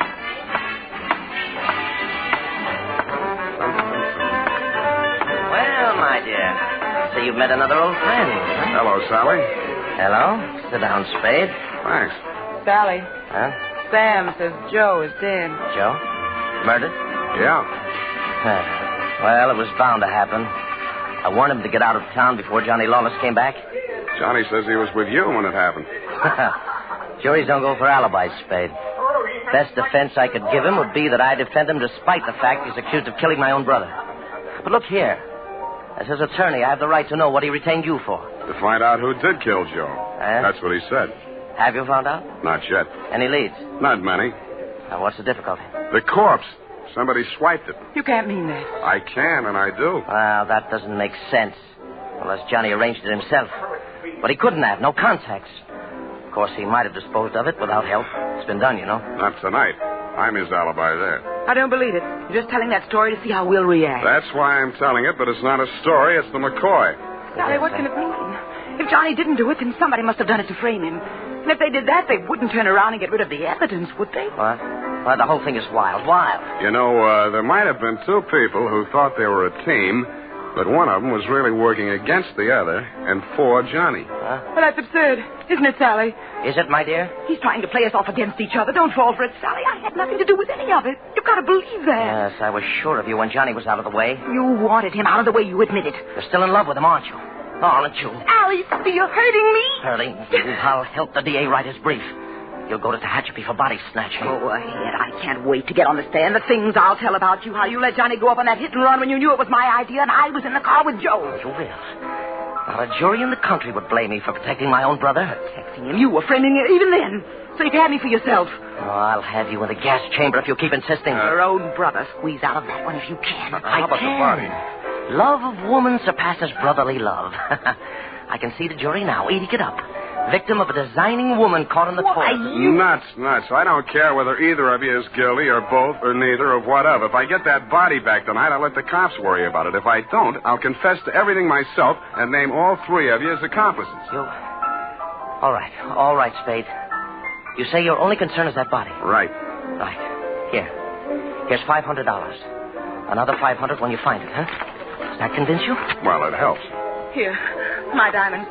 Take them all. No, keep the diamonds, Virginia. If Sally gets sent up first, you'll need them for your defense. Think it over, kids. I'm calling the cops right now. I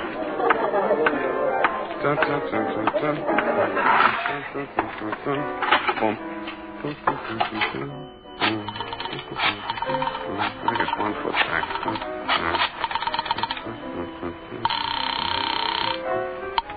Homicide, Lieutenant Garrett. Roy, Sam Spade. Where's Dundee? Oh, he's asleep. Sam, I've been trying to reach you. Yeah, but do you know why? Why, sure, about Johnny Lawless. Is there something we don't know, Sam? Well, I'll come down and give you a statement. It's about Joe Morellis. Well, what about him? Well, he got knocked off, and somebody lifted the corpse. Oh, Sam, nobody lifted it. Then who did? We picked it up, Sam, right after you called us. Right after... Oh, yeah. Yeah, what time was that? Let's see, I got it here. 20 minutes past 6. Lose your watch? That ain't all. What's that, Sam? Call you back. What's up, Sally? Come out of there. Well, I wasn't planning to spend the night in a phone booth. Why the heater? It's for you, Sam. You must be nuts pulling a gun in a crowded joint like this. Hey, stop looking at it. Come on. Up those stairs. Now, look, Sally. In there. Easy. Where's your girlfriend? Well, I sent her home, Sam. She can't stand the sight of blood. You clown. Oh. You were pretty funny, too, when you made that phone call. I didn't believe you'd go through with it. What makes you think I'm interested in that old rap? Johnny's already done the time for it. Joe can't talk, and I don't want to. I don't care what you want. It's what I want. That's what counts. Does it? You want it, Virginia? You got it. Oh, not the point. Just doesn't sound good. Salvador Morella's sweetheart going up on a murder rap. Well, you trimmed it down to manslaughter for Johnny Lawless, and she's enough prettier to rate an acquittal, or are we talking about the same killing? You think Virginia killed Joe Morellis, don't you? Why? Because she seems so anxious to pin it on Johnny Lawless. Well? Well, nothing. Only I've got a score to settle with Johnny Lawless myself, you see. He left me out in a limb with that body snatch. If I can pin the killing on him, I got a story for the cops. Now, show how smart you are. Shoot me. I fully intend to. Now, look. Well, hold it, Sally. Hello, Johnny. Hey, you can do it yourself, Johnny. I was going to do it for you, but you can do it yourself. I don't get it. He's trying to pin that murder on you, Johnny. Like you pinned that old hit and run on me? But it's not the same, Johnny. Joe's killing is worth life if you're lucky. I never had much luck. Let him have it, Johnny. What have you got to lose? Well, you want me to... No. Step back, Sally. Okay. He dead? Yeah. You planned it different, didn't you, Johnny? Yeah, but I might as well get two for the price of one. Yeah, I planned it different, but I don't seem to care anymore. Well, then you won't need that. Huh? Sorry, Johnny. By the way, I'd like to thank you for keeping me in the clear. How come? That phone call you made the homicide using my name. Without that, I might be going up with you. How'd you figure it? Nobody but you had anything to gain by making that body seem to disappear. You knew I wouldn't check with the police till I'd made a try at locating it on my own. You knew I'd use the disappearance as a handle to shake what I could out of Sally and Virginia. You knew they'd suspect each other because I had you alibied for the time of the body snatch, and that would start them screaming accusations at each other. Did they say enough to send them up? Yeah, I don't know how much will stick, but enough. They both admit Joe did that hit-and-run job I was sent up for? He and Virginia together. So she was with him. 3 years ago, I wouldn't have wanted to know that. Now it sounds good.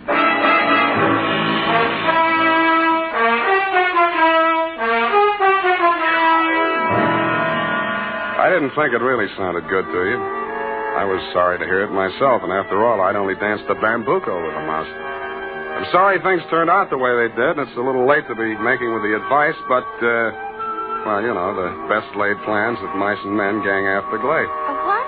And as you say, what chance has a man got without a regular racket? Period. End of report. Well, heavens to Betsy. Oh. How can you be so sympathetic with a girl who did all those terrible things? Oh, I know, F. I know. It's a silly dance, but she looked cute while she was doing it. I don't mean the dance. You mean the best laid plans? What does that mean, Sam? That gang aft to glade? I'll give you a hint, sweetheart. It's something you never need worry about. No.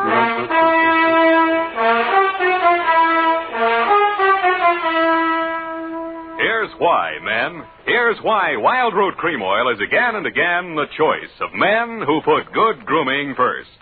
Wild Root Cream Oil grooms the hair neatly and naturally without giving it that plastered-down look. Wild Root Cream Oil relieves annoying dryness and removes that loose, ugly dandruff. So if you're not using it now, or if you're not using any hair tonic, get Wild Root Cream Oil at your drug or toilet goods counter in the new 25-cent get-acquainted size bottle. Also, ask your barber for a professional application of Wild Root Cream Oil Hair Tonic. Again and again, the choice of men who put good grooming first. Well,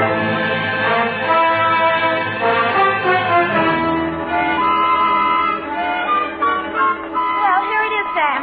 My, terribly confusing. I sensed that somehow. Who was that hit-and-run victim? Well, they named that dance after him, George L. Bambuco. I don't believe it. Sam, what does it mean? What does it mean? You know. Gang after glay? Snafu. Oh, why didn't you say so? Darling, yet. Good night, Sam. Good night, sweetheart.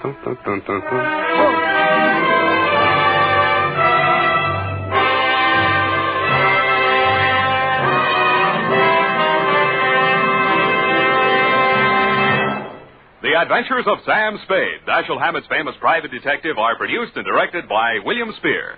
Sam Spade is played by Howard Duff. Lorene Tuttle is Effie.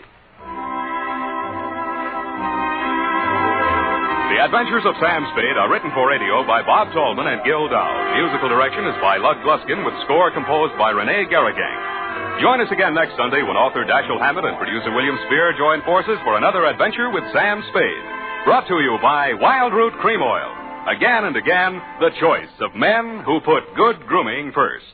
This is Dick Joy reminding you to get Wild Root Cream Oil, Charlie. It keeps your hair in trim. You see, it's non-alcoholic, Charlie. It's made with soothing lanolin. You better get Wild Root Cream Oil, Charlie. Start using it today. You'll find that you will have a tough time, Charlie. Keeping all the gals away. Hiya, Baldy. Get Wild Root right away. 50,000 Americans die from tuberculosis every year. Yet tuberculosis is curable. The disease can be wiped out. The secret is discover it in its early stages.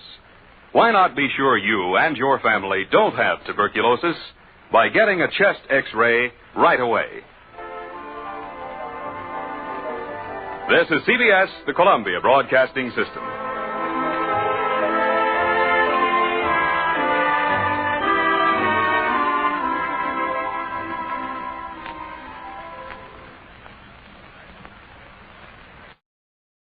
The Adventures of Sam Spade, Detective.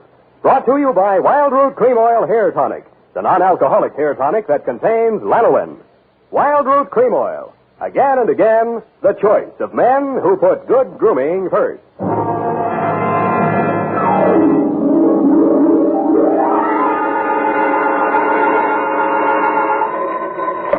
Sam Spade Detective Agency. Listen, you phone down to the drugstore and tell them to send up 3 gallons of black coffee. Who is this? Are you sure you have the right number? I'm sure I've got the right number, but I'm not so sure who I am. Oh, Sam, it's you.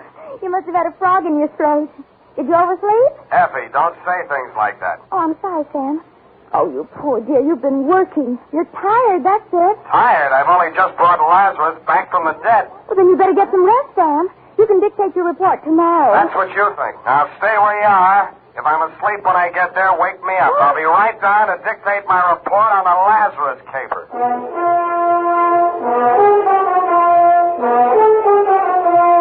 Dashiell Hammett, America's leading detective fiction writer and creator of Sam Spade, the hard-boiled private eye, and William Spear, radio's outstanding producer-director of mystery and crime drama, join their talents to make your hair stand on end with the adventures of Sam Spade. Presented by the makers of Wild Root Cream Oil for the hair. Next time you buy hair tonic, be sure you buy Wild Root Cream Oil. For you see, Wild Root Cream Oil gives you these advantages. It grooms your hair neatly and naturally, relieves annoying dryness, removes loose, ugly dandruff. Wild Root Cream Oil is non-alcoholic and contains soothing lanolin, so much like the natural oil of your skin. Yes, friends, next time you buy hair tonic, look for that famous name, Wild Root. Get Wild Root Cream Oil hair tonic. Again and again, the choice of men who put good grooming first. And now, with Howard Duff starring as Spade, Wild Root brings to the air the greatest private detective of them all in the adventures of Sam Spade.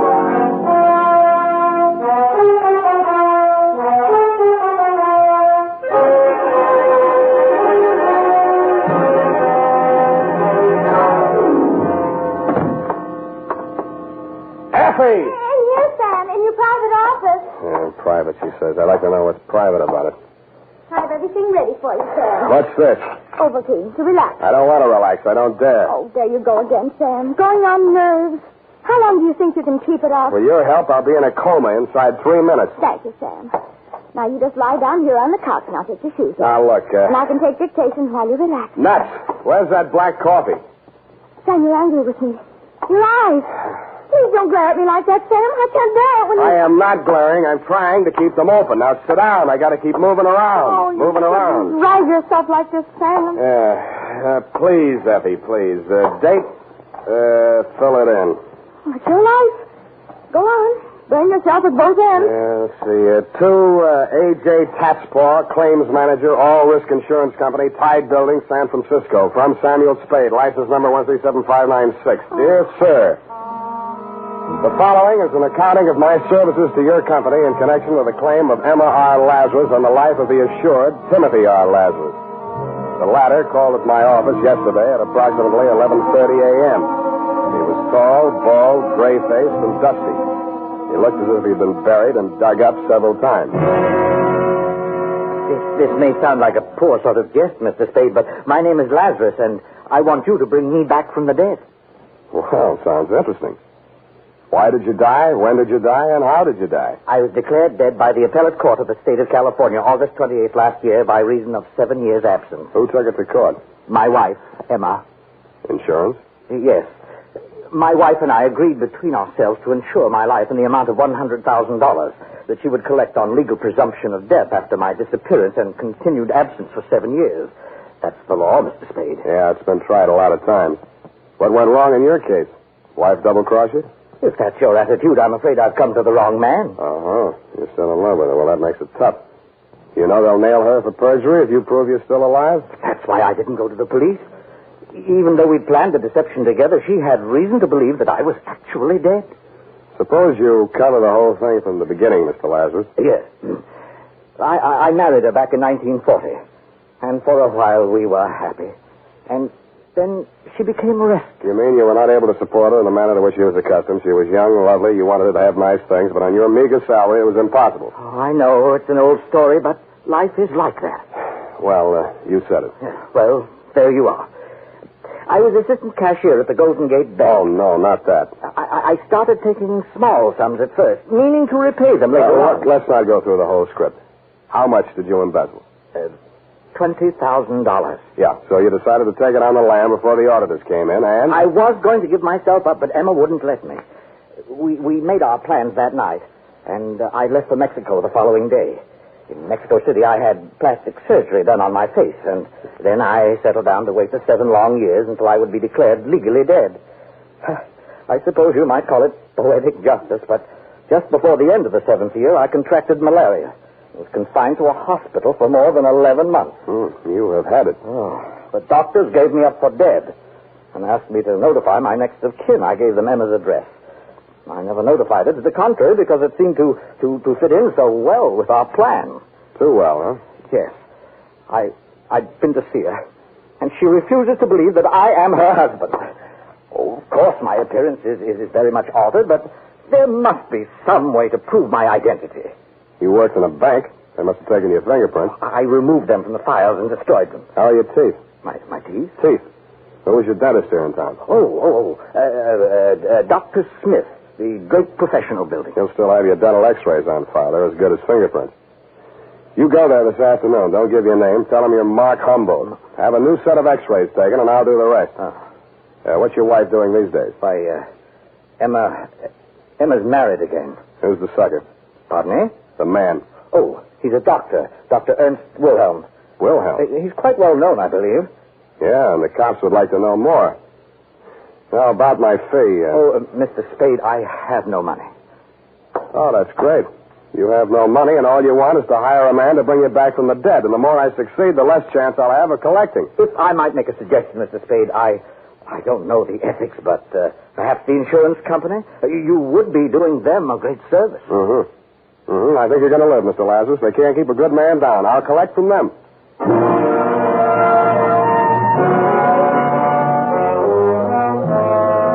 I knew there wasn't a chance in 100,000 of shaking a fee out of your company. After all, you have your own investigators in the payroll, and contract work isn't deductible under the new tax law, but something about Lazarus had gotten to me. Something else about him got to me at the Blue Bottle Bar and Grill where I stopped for lunch. Mr. Spade? Yes, indeedy.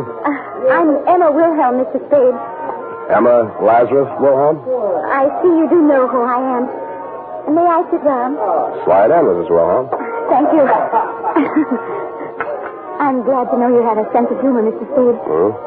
It's about that man, of course. Surely you didn't believe a word of his story. Which word? Oh, I'll admit there are slight traces of the truth in his raving.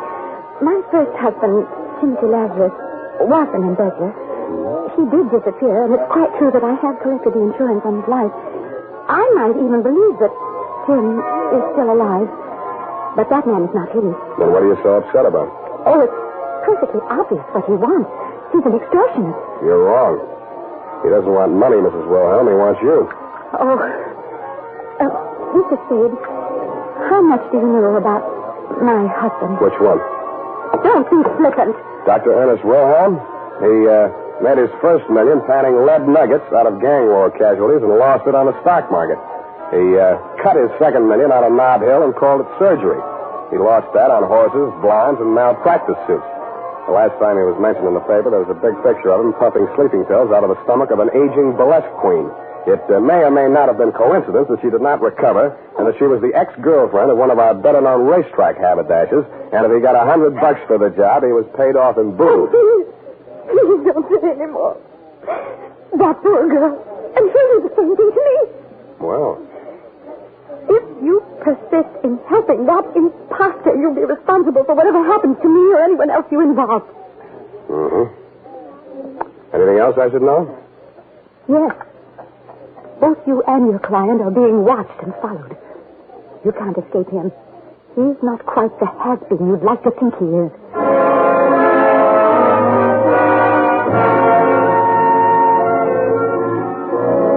After she had gone, I scraped the tears off my butter, finished my lunch, washed my hands with a nationally advertised soap, and mushed over to the Drake Professional Building.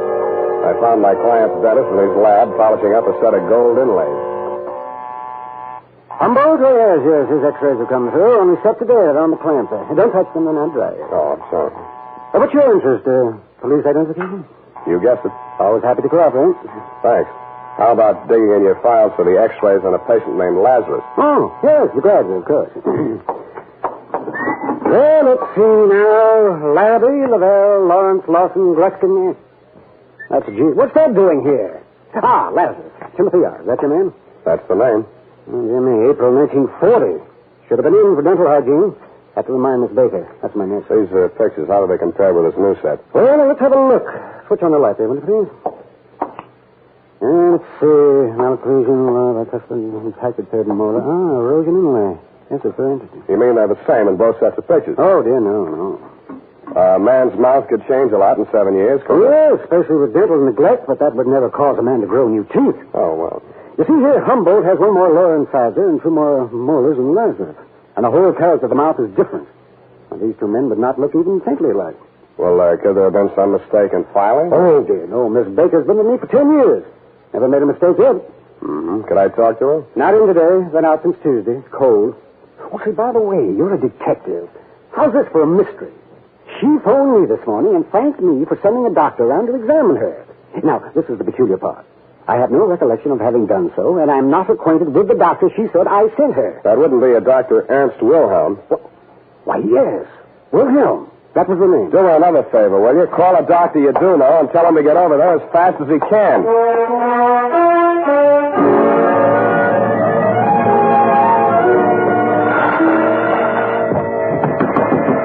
Come on, open up. Get your shirt on. I will come in as fast as I can. What you want, kiddo? What's in Miss Baker's room? She's sick. Ain't having no golly. I'm her doctor. Oh, you can't fool me. Where's your little black bag? If I had one, it would be around your neck. Now, march. Show me the way. You can't force me. I know my rights. Oh, you do you? Well, it matters, do you know, that your vents are faulty, your wiring is illegal, your drains are unsanitary, and your apron is dirty. Them's rust stains. I'm needing repair. You're as neat as a mud pie. Now, get going before I have the Board of Health down on you. All right, but you can't make me climb them stairs. Come on. That's sciatica I have. Here's the key. Okay. First door to the right. Whatever the key's got, I hope you catch it. Thank you, Elsa Maxwell.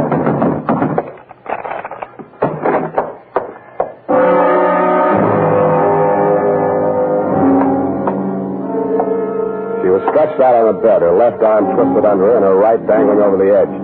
On the floor beneath it was an empty pill bottle. A few red capsules were scattered near it, and some more were spilled out among the bedclothes. It was a standard sleeping pill suicide scene, but I didn't believe it. The body was still warm, but no pulse. I didn't waste time getting her the mirror test. Instead, I looked around for a phone. It was on a table near a window. I meant to dial the police number, set her 12020, but SU was as far as I got. Felt like a bee sting or a quick jab with a needle. I spun around and strung out blindly. The face that I missed was suntanned under a shock of iron gray hair. He was wearing the same white-toothed grin that Dr. Ernst Wilhelm always wore for newspaper photographers. I started towards him, and he backed away, still grinning. Come ahead, Spade. Come and get me, but hurry. You have only 20 seconds more. Shall I count them off? So far, you have 3, 4, 6, 7, 8, 9. The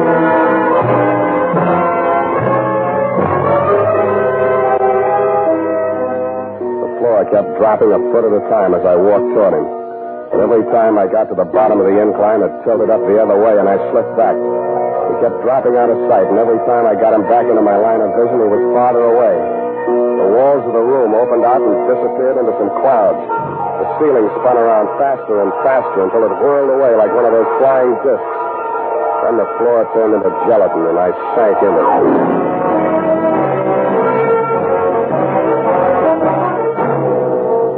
The makers of Wild Root Cream Oil are presenting the weekly Sunday adventure of Dashiell Hammett's famous private detective, Sam Spade.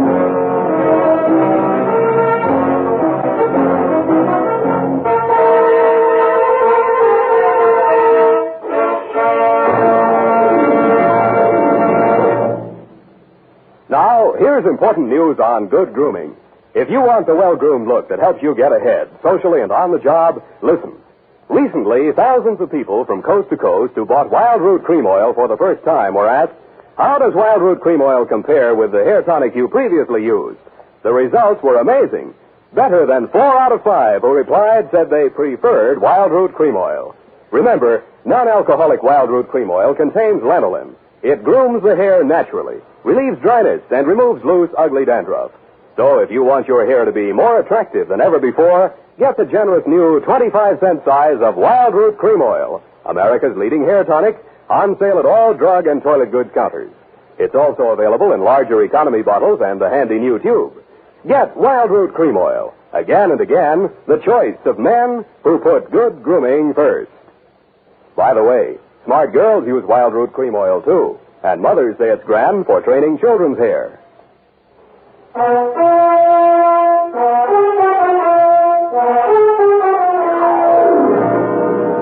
And now, back to the Lazarus Caper. Tonight's adventure with Sam Spade.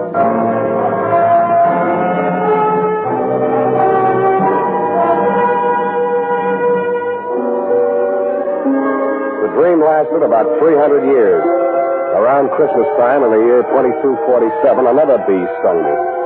I opened my eyes, but the lights on the tree were too bright, and Santa Claus was bending over me with a brandy breath. Come on, man. Come on. Little willpower. You're conscious. That's it. Yeah, sensation returning. Here, try and sit up. There's a girl. How about her? Too late. Did everything I could. Suicide pact? Well, one of your brothers in Apollo was a little too handy with a needle. Here's the mark on my arm, and you'll find one on that stiff. Those sleeping capsules were a plant to make it look like suicide. You'll be feeling better soon. Now, come along. Up on your feet. Must keep moving. Restore circulation. Yeah. Hip. There. Thanks. You the man Dr. Smith called? Yes. So you're a private detective. How do you feel now? I'm still dopey. You give me something to pick me up? I've given you as much stimulant as it's safe to administer. For the rest, you'll have to sleep it off. And you will. I advise you to hurry home. Get into bed before this wears off. How long have I got? Couple of hours if you keep moving, maybe 3. Yeah. But if I were you, I wouldn't stay out. You don't want to fall asleep in the middle of Market Street, get run over by a bus. Worst things can happen to you in your own bed. Look at her. Murder? Think you can prove it? I don't know. I couldn't. Not on her. And I've been an autopsy surgeon for 20 years. Well, cheer up, Doctor. If you miss on her, you may get a second chance. Huh? Yeah, me. Those eyes are looking better. I think you'll live.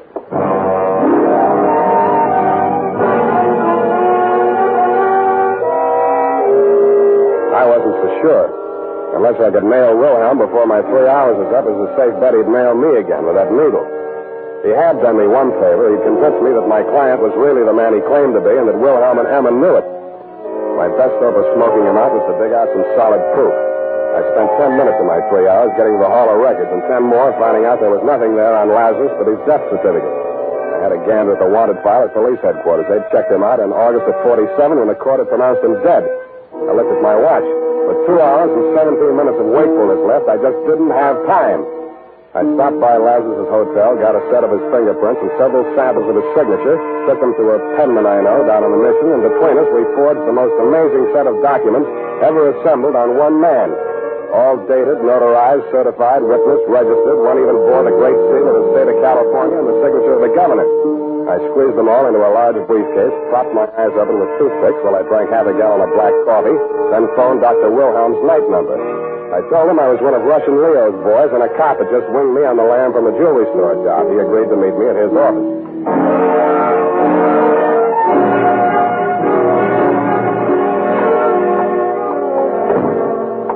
Hello, Wilhelm.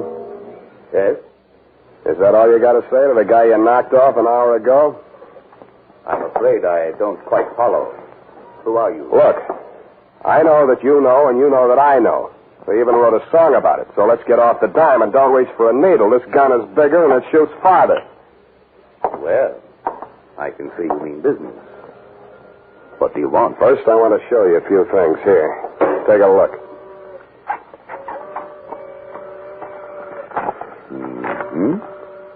Well, this is very impressive. Yeah, I thought you'd be impressed. You, need any more proof that Lazarus is Lazarus? What's the matter, Spade? Getting sleepy? Don't get your hopes up. I can squeeze this trigger in my sleep. Are these papers for sale? Why do you think I brought them to you? What's the price? Half the take on Lazarus' insurance. That's very high. I haven't finished. This time, Lazarus has got to be really dead, and you're going to do the job. Come on, stop stalling. I can't do that. Why not? Why, Emma, she'll make trouble. She said she would. She's still in love with him? Why do you say that? I just wondered. What reason did she give you for not wanting him knocked off? Well, the cops work harder at identifying a dead man than they do a live derelict that looks and talks like a crank. I had the same idea myself. Then you're stupid. With him dead, she can tell any story she wants to. With him alive and all this proof of identity, he's in a position to nail both of you for fraud, conspiracy, perjury. Shall I go on? One thing. Does Emma know about these papers? Sure. You're lying. Sure I'm lying. And those documents are forgeries if that's the way you want it. I haven't got time to argue. I can't stay awake much longer, and you can't bring it off without me. I'll have Lazarus at my apartment in 30 minutes. Bring your needle and the $50,000. All right, Spade.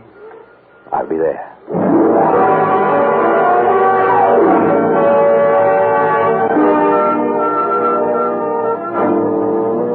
I made 2 phone calls on my way to pick up Lazarus, one to Emma and one to Lieutenant Erlinger of homicide. Dundee was asleep. The lieutenant and Sergeant Fullhouse were perched on the fire escape outside my window, and Emma was waiting in the living room when we got there. Jim. Oh, my poor darling. Emma, do you recognize me? Of course, darling, from the beginning. But I didn't dare speak out in front of Aunt. I know. Mr. Spade told me. Now, listen to me, you two. You're sure you can go through with this? Oh, are you sure there's no danger? That's him now. Come on, Lazarus. Get in the bedroom there. Now, do what I told you. Don't worry, Emma. Oh, I'm so frightened. Quiet.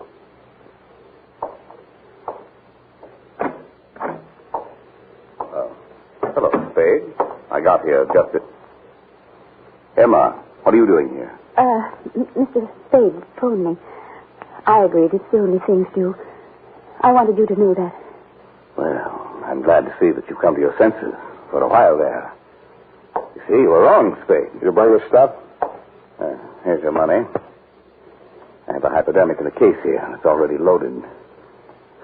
We both need a sterile needle. Where is he? In there on the bed. He was asleep a minute ago.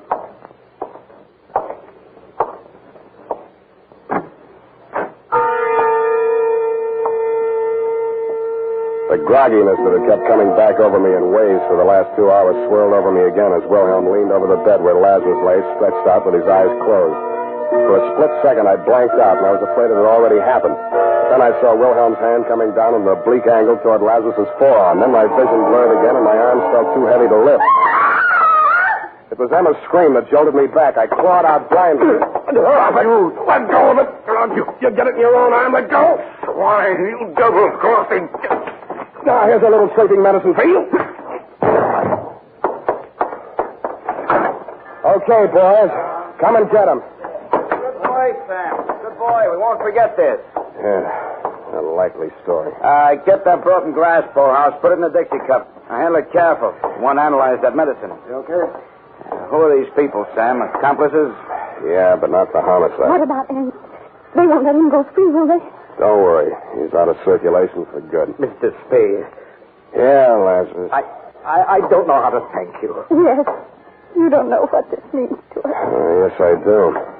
It probably means another long separation. The state prisons aren't co-ed. But if you insist on being alive, you have to take life as it comes.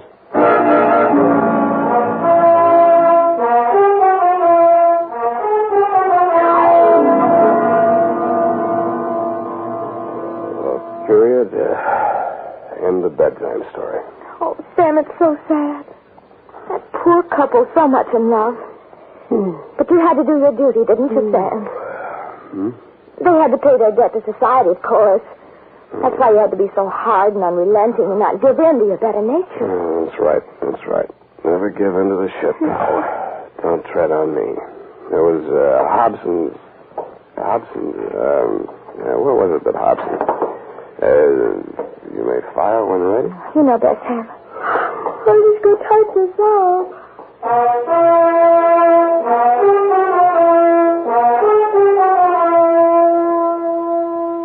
And now, listen to this.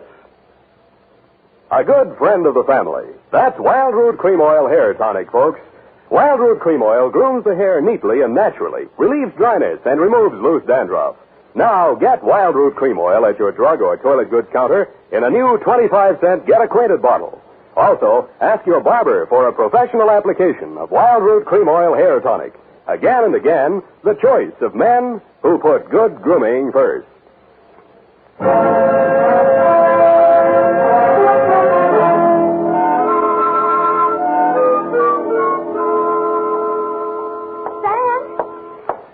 Sam, wake up. Well, go away. Your apron's dirty.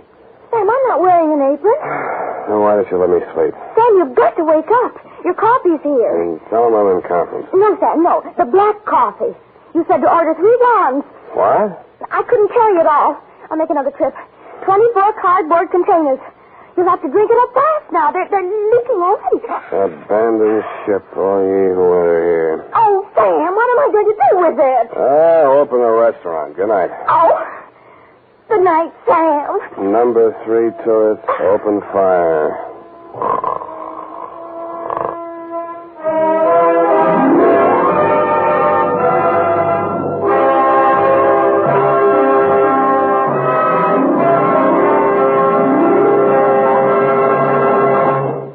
The Adventures of Sam Spade, Dashiell Hammett's famous private detective, are produced and directed by William Spear.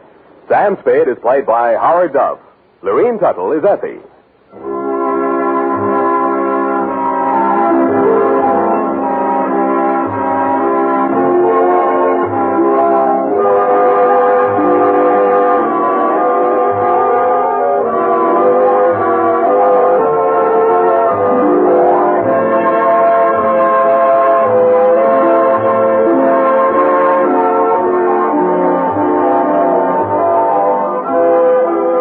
Adventures of Sam Spade are written for radio by Bob Tallman and Gil Dowd. Musical direction by Lud Gluskin, with score composed by Rene Garrigan. Join us again next Sunday when author Dashiell Hammett and producer William Spear join forces for another adventure with Sam Spade. Brought to you by Wild Root Cream Oil. Again and again, the choice of men who put good grooming first. This is Dick Joy reminding you to get Wild Root Cream Oil, Charlie. It keeps your hair trim. You see, it's non-alcoholic, Charlie. It's made with soothing lanolin. You better get Wild Root Cream Oil, Charlie. Start using it today. You'll find that you will have a tough time, Charlie. Keep on all the gals away. Hiya, Baldy. Get Wild Root right away.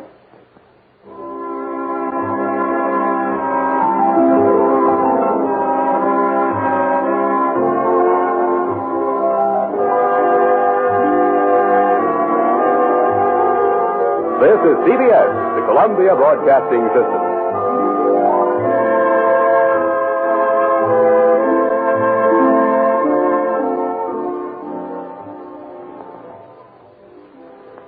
The Adventures of Sam Spade, Detective. Brought to you by Wild Root Cream Oil Hair Tonic, the non-alcoholic hair tonic that contains lanolin. Wild Root Cream Oil. Again and again, the choice of men who put good grooming first.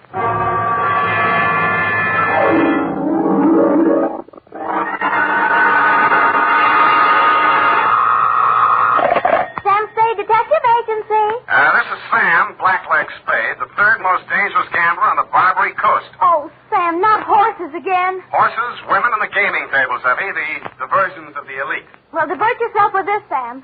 The phone company has sent the pink notice. Pay it no mind, sweetheart. We are healed. We have hit the cashier's cage, annexed the pot, broken the bank, and we're standing on velvet.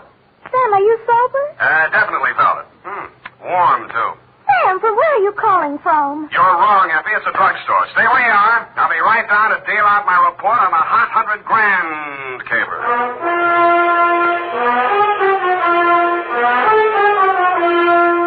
Dashiell Hammett, America's leading detective fiction writer and creator of Sam Spade, the hard-boiled private eye, and William Spear, radio's outstanding producer-director of mystery and crime drama, join their talents to make your hair stand on end with the adventures of Sam Spade. Presented by the makers of Wild Root Cream Oil for the hair. It's smart to buy things the whole family can use, isn't it?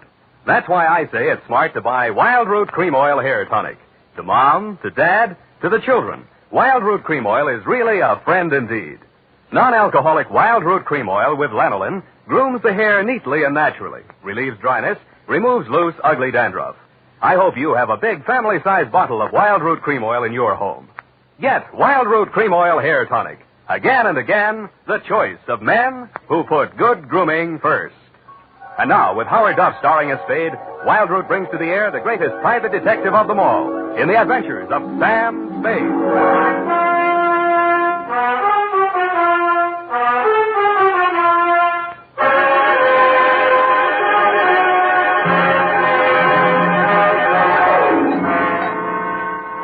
Date, September 19, 1948, to robbery detail, San Francisco Police, attention Sergeant Walsh. From Samuel Spade, license number 137596, dear Joe. Here's the rundown on that hot $100,000.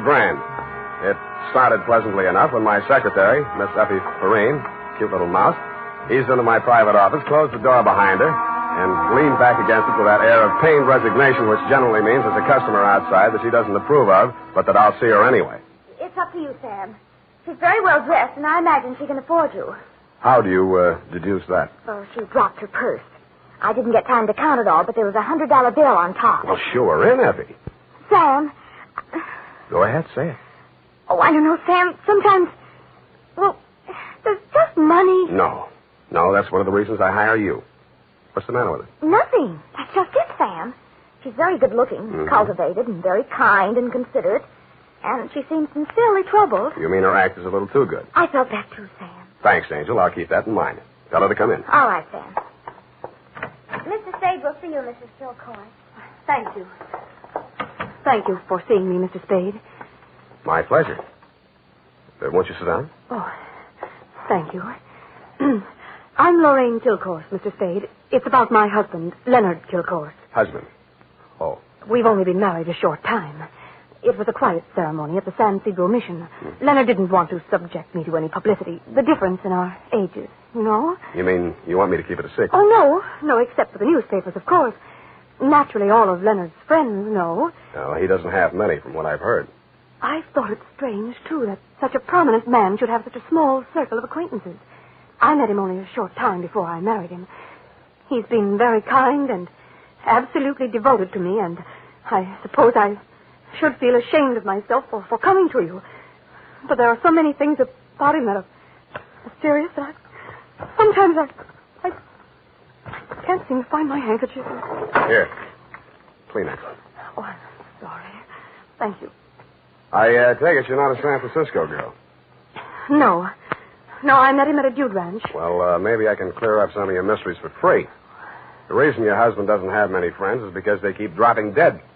I don't understand you. Oh, forget it. He's a big public servant. He's built a lot of sidewalks. The streets of the city are paved with his good intentions. His name is on 1,000 manhole covers. If the names of his former business associates land on headstones, it's nothing to me. I got my own racket.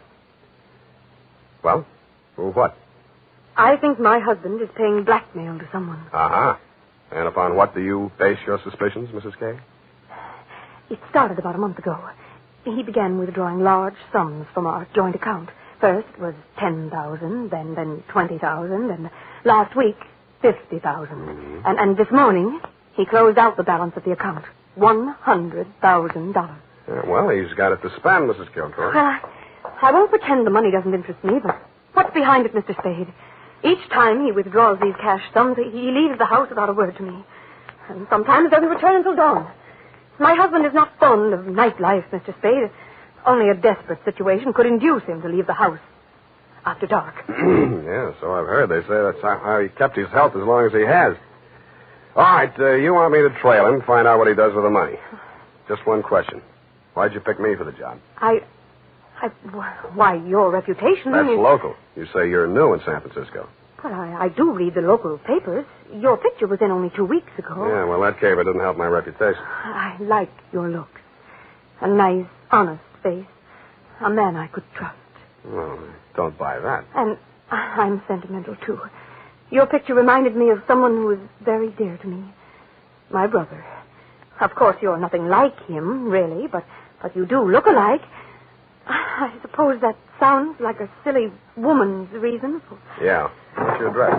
Well, I have a little place of my own out on Divisadero. The Balboa Apartments near Normandy Terrace. Mm-hmm. You'd better keep in touch with me there. I don't want Leonard to know. The Kilcourse mansion is at 1316 Clarendon. 1316. Mm-hmm. He returns from his office around 6 in the evening. Do you have a car? No. Do I need one? Well, I don't know where he may go.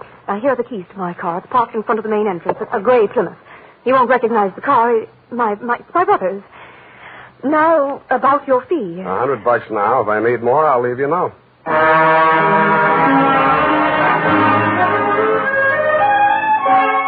I had an uneasy feeling I would need more. The last detective that tried to follow Leonard Kilcourse had hospital insurance. I don't.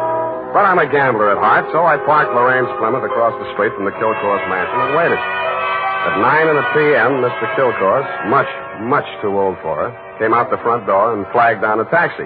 I made an illegal U-turn and followed.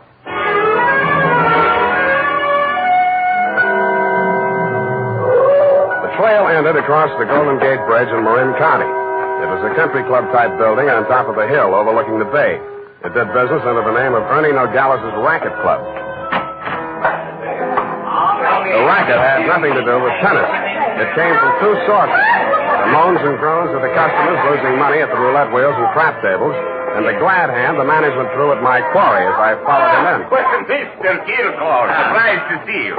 Since when you go out after dark? Well, I thought a little nightlife might agree with me, Nogales. Oh, that sounds like you, Mr. Kilcourse. I didn't know you better. I think you was afraid to go out night.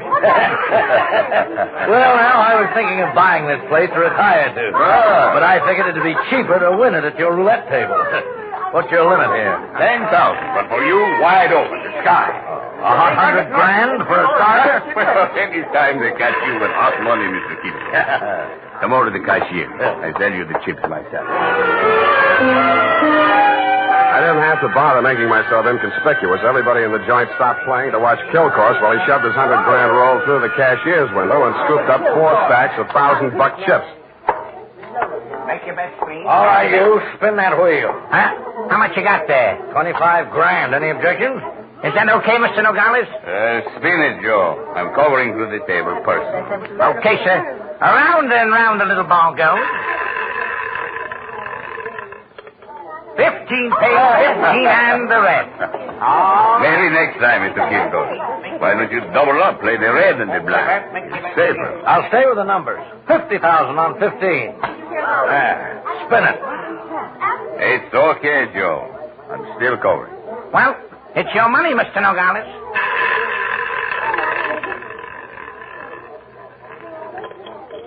Number 4 pays. Number 4 and the red again. Yep. 25 grand more on 15.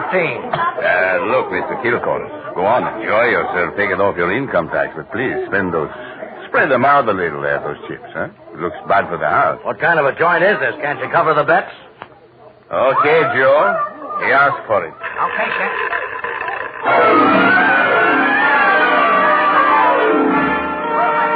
I didn't wait to see where the little ball went on the last spin of the wheel.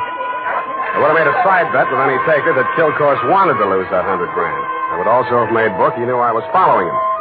As I left the table and walked out of the club, I braced myself for what usually comes next.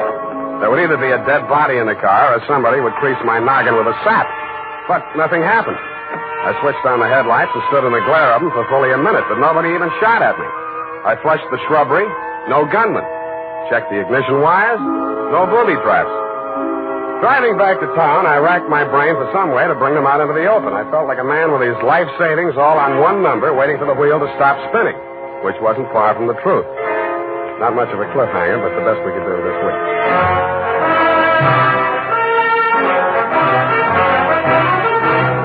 The makers of Wild Root Cream Oil are presenting the weekly Sunday adventure of Dashiell Hammett's famous private detective, Sam Spade.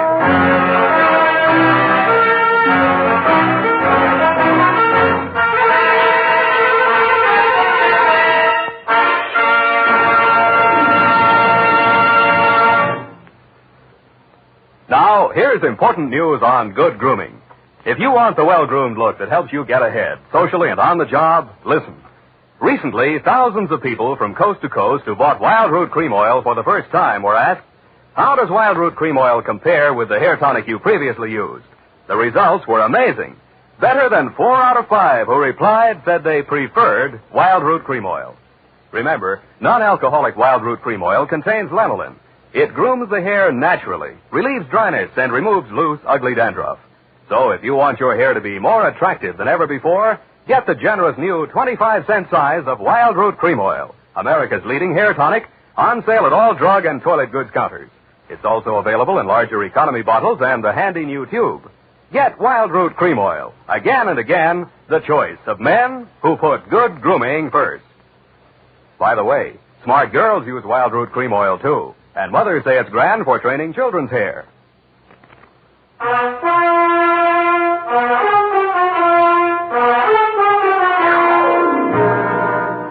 And now, back to the hot 100 Grand Caper. Tonight's adventure with Sam Spade.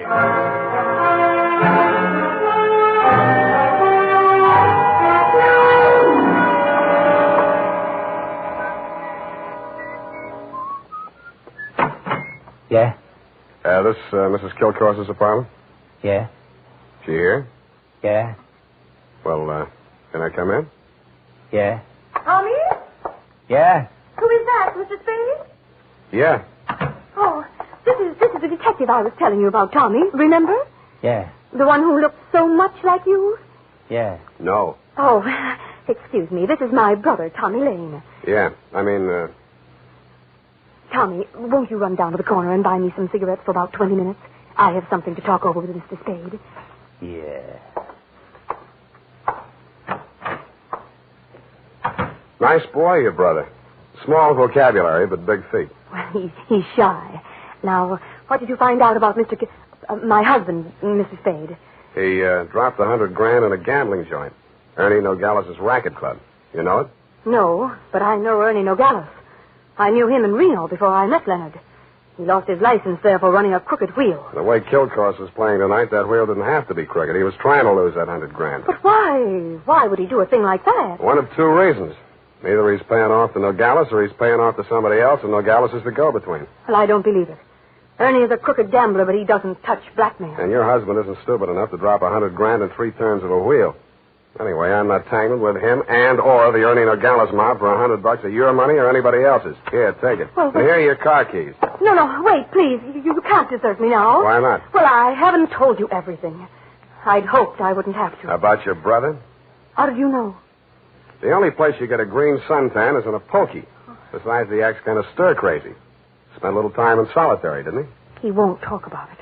But that's it, Sam.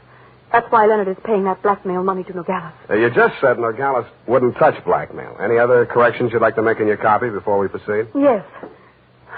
Well, I might as well tell you everything. Why not? I knew when I came to you this morning that my husband was paying this money to Nogales. I knew because I asked him to. You and Ernie Nogales are working together? I'm not that rotten. I didn't say you were, but you're a rotten liar. There's that much in your favor. But I'm telling the truth now, Sam. You must believe me. Everything that has happened is my fault.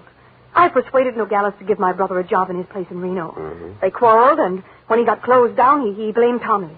He swore he'd kill him when he got out of prison. That's why I begged my husband to pay him to save Tommy's life. Who did rat on Nogales about that crooked wheel in Reno?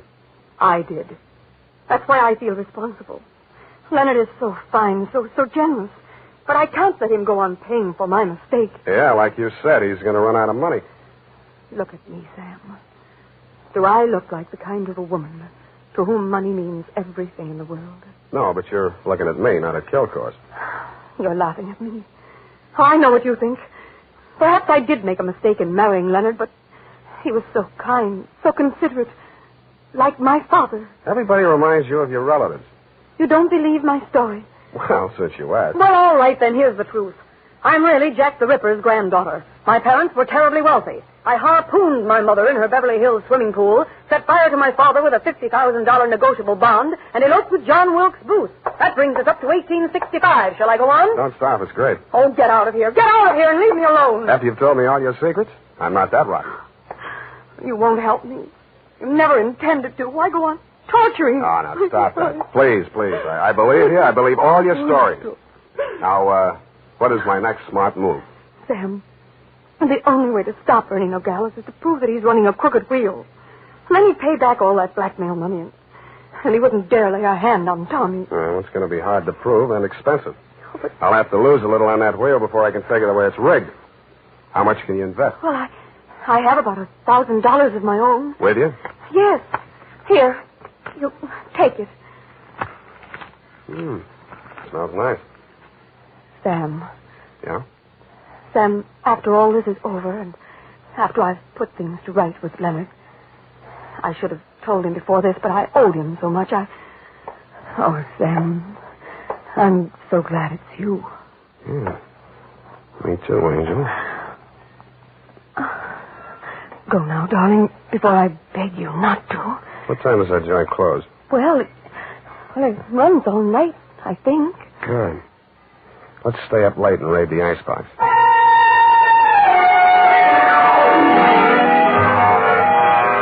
around 2 in the a.m. when I low-geared the Plymouth up the long, steep driveway to Ernie Nogales' racket club, backed into the parking space nearest the road with the car headed downhill for a quick getaway just in case, and I went in.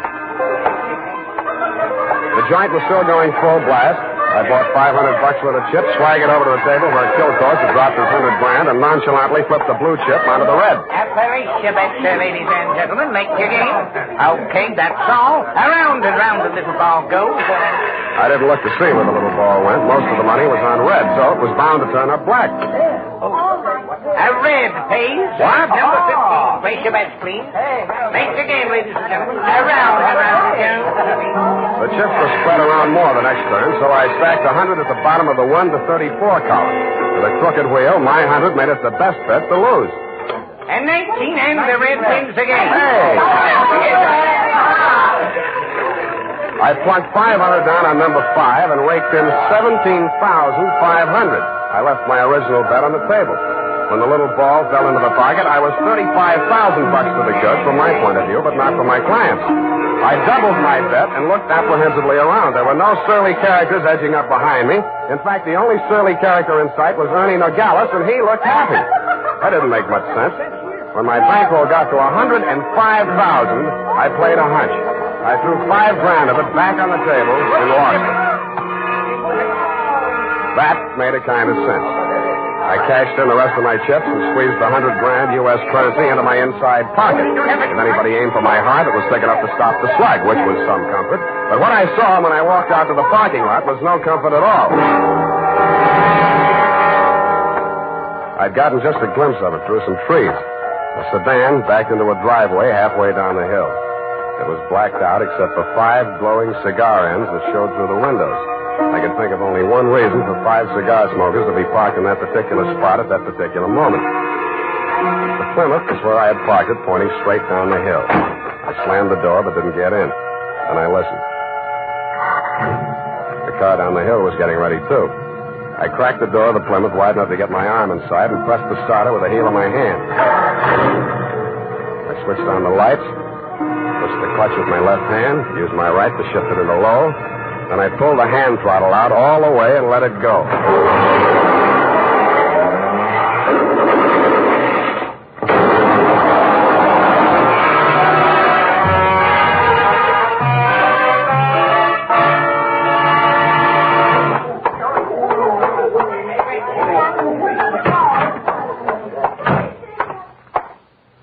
What's the big idea busting into my office? We're going to have a talk, Nogales. Please, don't wave that heater at me. It makes me nervous. I don't like guns. I don't either. That's why I'm here. Put your hands on top of the desk and keep them there. All right. Give me back that roll. I give you clean money for it. It was a gamble, so I lost. Can you blame me? Where'd you get this money? I buy it. 50 cents on the dollar. I don't ask where it came from, but I read the papers. I figured it was that shipyard payroll job a few days back. Like it just fell in my lap. I figured it'd make $50,000 instead of Kill Course 5. I guess that was dirty trick you just out of stir, Tommy, huh? I got news for you, Nogales. I didn't know this money was hot, and I am not Tommy Lane. No? Then what? Private Dick. Tommy's sister hired me to take the fall for him. Look, I've got most of the caper. Kill Course wanted to pay Tommy $100,000. You rigged the wheel so Kill Course would lose it one night, and Tommy would win it back the next night. Now, what was Kill Course paying him off for? No, Caper, legitimate. He was sent up for bribing a public official. You mean he was the payoff man for Kill Course's contracting firm? Sure, legitimate business. The grand jury went out after Kill Course. Tommy took the rap, that's all, for a price. Yeah, $100,000. Thanks, Nogales. That's all I needed. I was afraid I might be too late. You are, sweetheart. Oh, I have so many things to explain. Well, where can you talk? Right in here. But who's this man? Why, that's your old sweetie from Reno, Ernie Nogales, remember? What's the matter with you two? You crazy? Oh, Sam, I should have told you the truth from the beginning. Check. The Nogales yarn, I can understand, but why did you tell me you were Kill Course's wife? I was desperate. I had to say something. It was the only explanation I could think of for my interest in this case, but I'm telling the truth. But you were making a pigeon out of me. I don't know about such things, Sam. All I know is I'm here in time to warn you. You mustn't walk out of here with that money. Listen. They may kill you to get it back. They already did. They're combing the wreckage of that car right now, looking for my body. Then Tommy was right. They did mean to kill him. How'd he get the rumble? While he was in prison, from another man that killed Course framed. He was in for life, so it was safe for him to talk. Hey, you... Yeah, Nogales? That car that just drove up. I think that's Mr. Kilcock. Course. Hey, what's your hurry? Don't let me go. Come on, what's your hurry? Tommy's out there in that cab. I've got to warn him. Or tip off kill course. Which is it? No, Sam, you've got to believe me. Sit down. Stop that. You two have fun. I'm getting out of here. Go ahead. Now, listen, sweet Lorraine, you may as well save your breath for those explanations. You're staying right here until the caper's all wrapped up. Here he comes. Have you got a gun, Sam? Yeah? Well, you do better have it ready. Mm-mm. But Sam... Where's Nogales? I want to see him. He was called out of town, sir. I'm in charge. You Mr. Kilcourse? That's right. I want to know why you people have been interfering with my business. It might interest you to know that this building site's on an old Spanish land grant. Title's very shaky. I'll run an 8-lane highway straight through the middle of it and turn the rest of it into a game preserve. That's what I do to people who double-cross me. I tried to tell Mr. Nogales that, sir. He wouldn't listen to me. He tipped Tommy off for a split of $100,000, but I knew sooner or later we'd have to answer to you, Mr. Kilcourse. Oh, well, what's that? Here's your $100,000, sir. Count it. Well. What's your name, son? Sam Spade, sir. I'm glad to meet an honest lad. Well, come along. You two, young lady, we'll all walk out together. Sam, what are you... What... Spade, huh? Yes, sir. I'm a private detective, but I'm ambitious. Politics? Yes, sir. Well, we'll run you for assembly. In the meantime, I believe there's an opening in one of the public services. Garbage disposal. Executive end, of course. Where the devil is that man with my car? Oh, there he is. You drop around to my office in the morning. Thank you, and good night, Mr. Kilcourse. Drive on, Horace. Back to the city. Oh, Sam. How could you? All those lies and just handing over the money like that, it wasn't yours. It wasn't Tommy's either, sweetheart. Get in. Well, Tommy, are you all right? Yeah. Drive us across the bridge, Tommy, will you? Yeah. Tommy. Yeah. Tommy, I'm afraid we'll have to do without the money. Yeah. Sam gave it to Mr. Kilcourse. Yeah. Now, don't get excited, Tommy. I'm sure Sam had a reason. Didn't you, Sam? Yeah. I mean, that was marked money from a payroll job. Oh, then it won't do him any good. It'll send him up for a good long stretch if the eyewitness story that goes along with it is good enough. And you're just the girl to tell it, sweetheart. Am I right, Tommy? Yeah.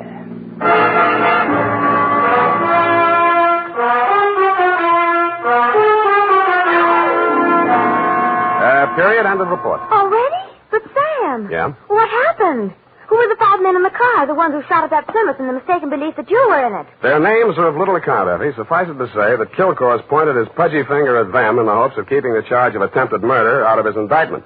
But I was too clever. I identified them. But Sam, you didn't see anything but their cigars glowing in the darkness. Have you never heard of Sherlock Holmes' monograph on the 49 varieties of tobacco ash, you fool? But Sam, Sherlock Holmes is only the segment of someone's imagination. He's a fictional detective. Well? You mean... Oh, Sam, you're tired. Yes, I am. It's affected your mind, winning all that money. Now, you just sit here and rest. What? Think of the snowy mountaintops and blue skies. I'll just go and type this up. Snowy mountaintops. Winter sports yet.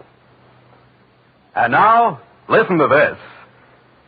If you haven't yet tried Wild Root Cream Oil, the famous hair tonic that grooms your hair neatly and naturally, relieves dryness, and removes loose dandruff, then here's a wonderful way to get acquainted. Buy Wild Root Cream Oil in the new 25-cent size bottle at your drug or toilet goods counter. Also, ask your barber for a professional application of Wild Root Cream Oil hair tonic. Again and again, the choice of men who put good grooming first.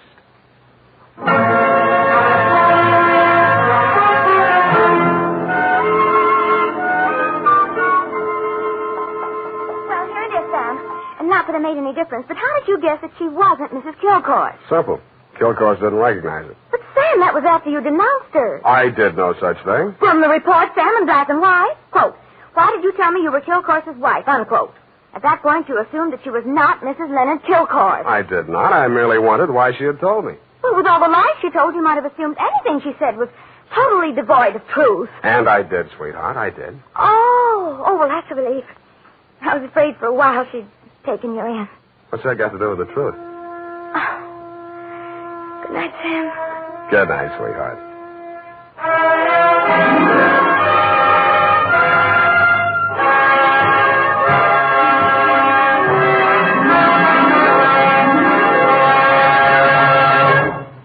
Adventures of Sam Spade, Dashiell Hammett's famous private detective, are produced and directed by William Spear. Sam Spade is played by Howard Duff. Lorene Tuttle is Effie. Sadie Thompson appeared as Lorraine Kilcourse. The Adventures of Sam Spade are written for radio by Bob Tallman and Gil Dowd. Musical direction by Lud Gluskin. Score composed by Renee Garrigang. Join us again next Sunday when author Dashiell Hammett and producer William Spear join forces for another adventure with Sam Spade. Brought to you by Wild Root Cream Oil. Again and again, the choice of men who put good grooming first. This is Dick Joy reminding you to get Wild Root Cream Oil, Charlie. It keeps your hair in trim. You see, it's non-alcoholic, Charlie. It's made with soothing lanolin. You better get Wild Root Cream Oil, Charlie. Start using it today. You'll find that you will have a tough time, Charlie. Keep on all the gals away. Hiya, Baldy. Get Wild Root right away. This is CBS, the Columbia Broadcasting System.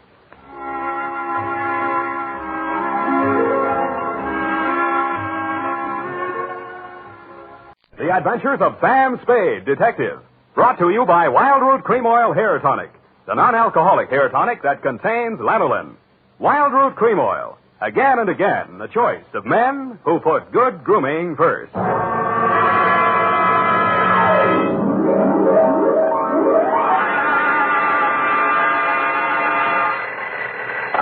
Sam Spade Detective Agency. Sam, sweetheart. Any calls? Only one, Sam. Lieutenant Dundee of Homicide. He wants you to drop around so they can get your formal statement. No hurry, not now. He told me what happened, Sam. I'm sorry. Yeah, so am I. I guess he was one of your oldest friends, wasn't he? You don't make any friends in this business, Effie. You can write that in your book now, and I'll give you the rest of it when I get there. You sound tired, Sam. Wouldn't you rather just... What, baby? Well, go home and, just put it off until tomorrow. Yeah, maybe No, I'll get it off my chest tonight. Stay there, Effie. I'll come on down and dictate my report on the Dick FOley caper.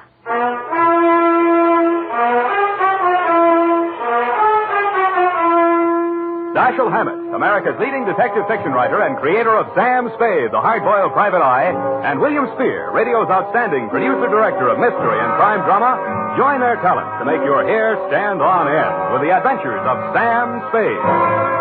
Presented by the makers of Wild Root Cream Oil for the hair. No two ways about it, folks. Hair that's well-groomed can make all the difference in the world to a person's overall appearance. That's why so many men, women, boys, and girls are turning to the famous non-alcoholic hair tonic with lanolin, Wild Root Cream Oil. Wild Root Cream Oil grooms your hair neatly and naturally, relieves dryness, removes loose dandruff. If you haven't tried it before, you'll want to get Wild Root Cream Oil in a new 25-cent get-acquainted size.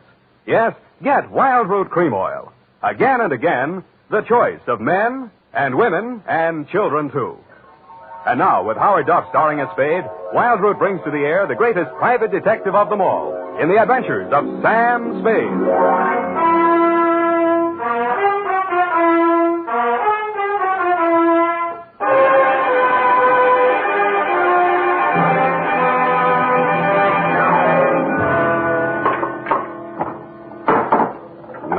Oh, here, Sam, let me. Am I that shaky?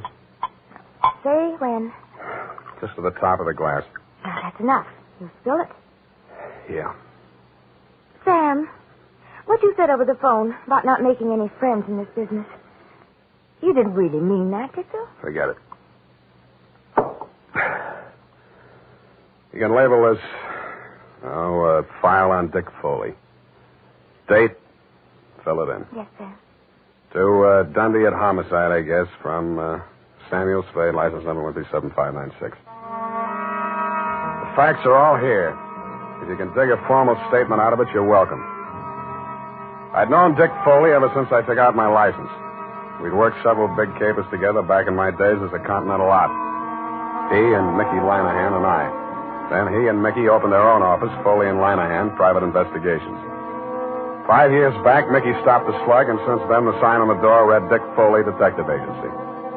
I'd seen Dick maybe 4 or 5 times in the last half a dozen years just to have a drink and chew the fat about the good old days.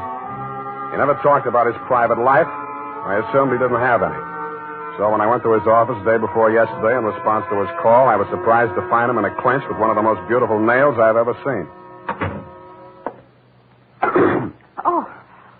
Oh, Sam.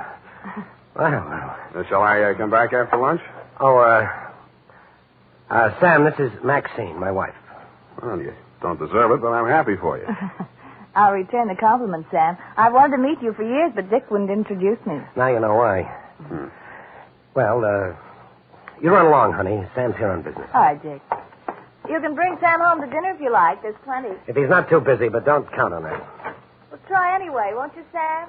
I will indeed. Bye now. Draw up a chair, Sam. Sit down. Oh. What's on your mind, Dick?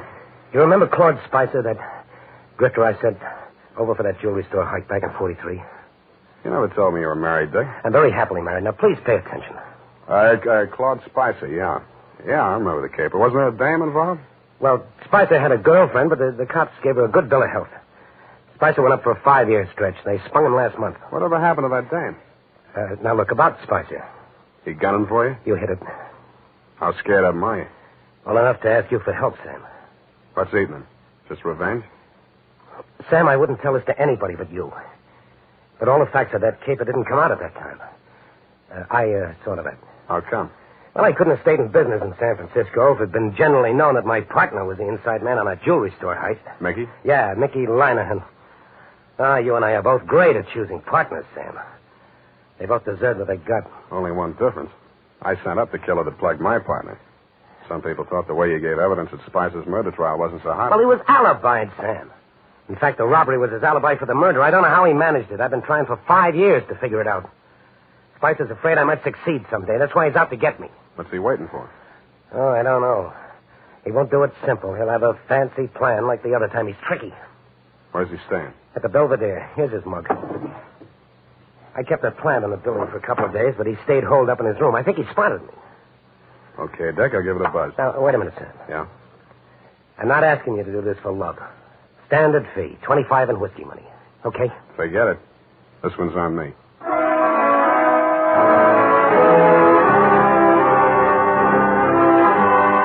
In the elevator on my way out, I studied a picture of Claude Spicer on the old police circular Dick had given me. But a picture in the back of my mind kept getting in the way. It was Dick Foley's wife, Maxine. When I hit the street, I still saw her face before me, and it was no picture, only pretty as. Sam, I waited for you. I've got to talk to you. My pleasure. Shall we confer in an adjacent cafe? Wherever you say. Only I don't want Dick to know. Then you shouldn't have married a detective. Please, Sam. How's this? Black wash. Yeah. Looks dark enough. Oh, that booth in the corner, it's secluded. Why not? Slide in. Oh, no, over here, stupid, not facing the street. Oh, sorry. I'm not much good at this sort of thing. Sam, I'm not asking you to tell me what it is, but if he's in really bad trouble, I think I have a right to know. What makes you think he's in trouble? Well, I'm not blind. You can't live with a man and not sense it when something goes wrong. I never thought Dick was the type to show it. Oh, he's tried to hide it from me, and I haven't said anything. I thought if he wanted me to know, he'd tell me. It was a wise thought. Hold on to it. Well, I meant to. But then a terrible possibility crossed my mind. Sam, it isn't me, is it? In what way? Well, you know what I mean. He's been away from home nights so much lately, and he questions me so closely about where I go and who I see and so on, and Well, I may as well ask you right out. Did he hire you to check up on me? Then that is it. No. You're not lying to me, Sam. Why should I? Dick says you're almost his oldest friend. He's talked so much about you. And he must have told you I don't do that type of work. Why do you keep looking at me? Sorry, trying to place you, Maxine. I keep thinking I've seen you someplace before. Oh, it must have been my picture. I was an actress. Yeah. Picture. Yeah, maybe that was it. Why do you say it like that? Like what? As if you were angry with me. Because I just got the caption on the picture. Well, Sam, wait. Come back. Yes, I had. And the caption was from a newspaper circa 1943.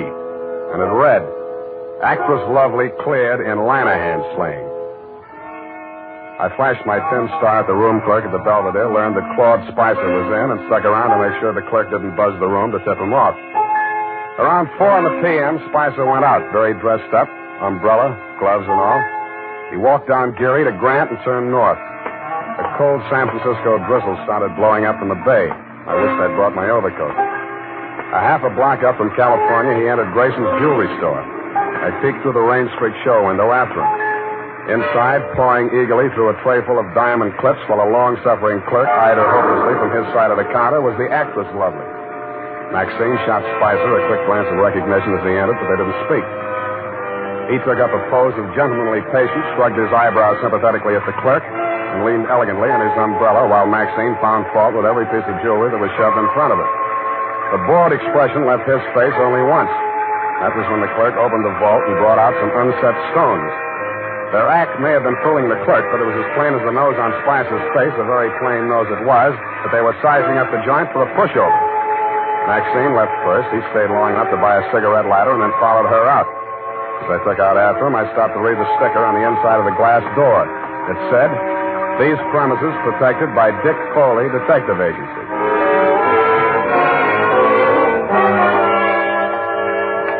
Maxine was waiting for him at the corner. I grabbed up a Chinese newspaper and used it to listen behind, but I needn't have bothered. They didn't seem to care. Well, are you happy? Ought to be about $1 million. Why are you so disagreeable? You ought to be feeling good. Feeling good. 5-year stretch, I come out to find my girl married to the joker that sent me up. You didn't think it was such a bad idea at the time. Well, I do now. Well, after tonight, we'll go east, you and me together, baby. He'll catch up with us wherever we go. Oh, you shouldn't live so long. How do you mean that? Just like it sounds, baby. Bye. Oh, don't leave. I'm going to get some sleep. I'll need a clear head. Claude, I don't want to be alone. Oh. Not even tonight? I don't want to be alone. See you later, honey. Bye-bye. He went straight back to the Belvedere, no stops. Picked up his key at the desk, no messages, took the elevator to the 8th floor. Let himself into room 809, hung out the Do Not Disturb sign, closed and locked the door behind him.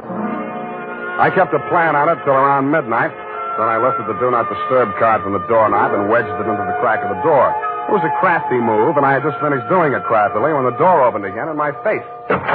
Huh? Who are you? What are you doing here? Nothing, sir. I'm making a survey. What? I'm from the Trotter Pole. It's like the Gallup poll, but we're not in so much of a hurry. Yeah? Just kindly answer this question. As a Democrat, do you believe... Do we, huh? I picked up the Do Not Disturb card and wedged it back into the crack of his door. As any house dick knows, except, of course, Tiny Stover, the night peeper at the Belvedere, if anybody opens the door like that, the card will fall out, and somebody will always hang it on the knob. Another thing Tiny doesn't know is never to draw to an inside straight. We played 9 different kinds of poker until 5 a.m. when I thought I'd go up and have another look. All was quiet on the 8th floor. From the elevator bank, I could see room 809. The morning paper was shoved under his door, and my Do Not Disturb sign was apparently where I had planted it. I tiptoed up to make sure. Huh? Who are you? What do you want? Me? The paper boy, sir. Your morning paper. You get around. Well. Good news in the paper, sir? Interesting. Jewelry store heist up on Grant Avenue. Oh, yes, sir. Our paper only comes... What? I grabbed the paper from under 805. It was the headline I could have expected if Spicer had left his room without my knowing it. Grayson's jewelry store, the shop he and Maxine had cased that afternoon, had been taken for an estimated $1 million in uncut gems. But Spicer's door hadn't been opened, and there was no other exit. I sat down and thought. And what I thought of was that sticker on the front door of Grayson's said, "These premises protected by Dick FOley Detective Agency."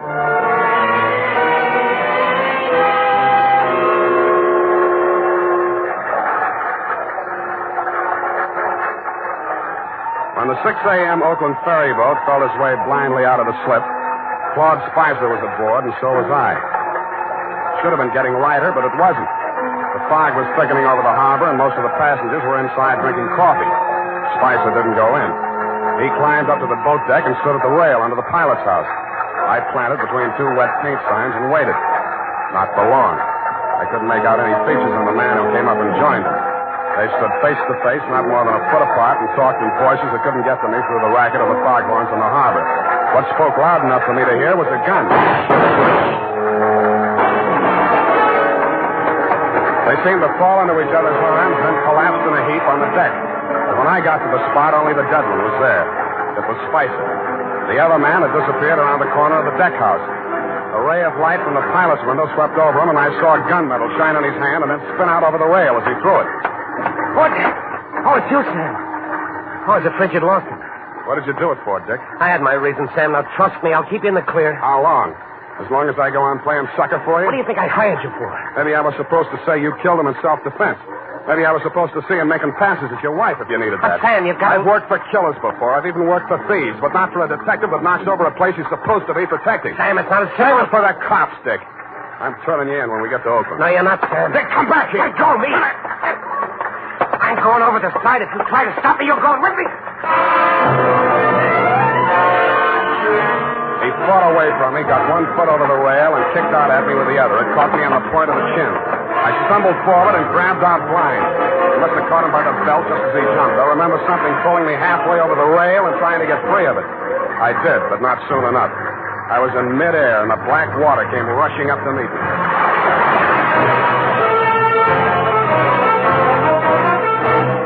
The makers of Wild Root Cream Oil are presenting the weekly Sunday adventure of Dashiell Hammett's famous private detective, Sam Spade.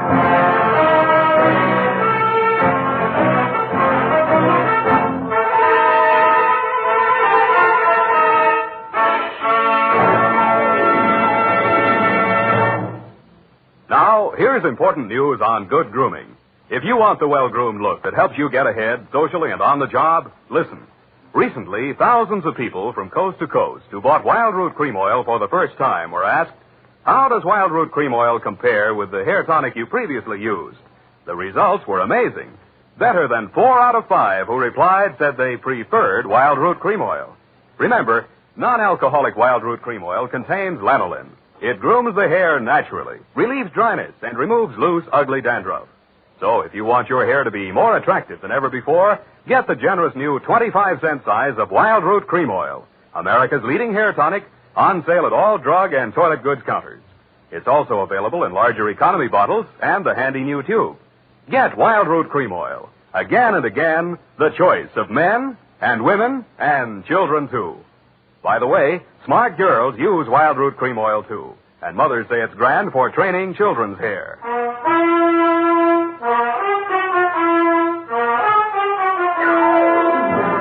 And now, back to the Dick FOley Caper. Tonight's adventure with Sam Spade.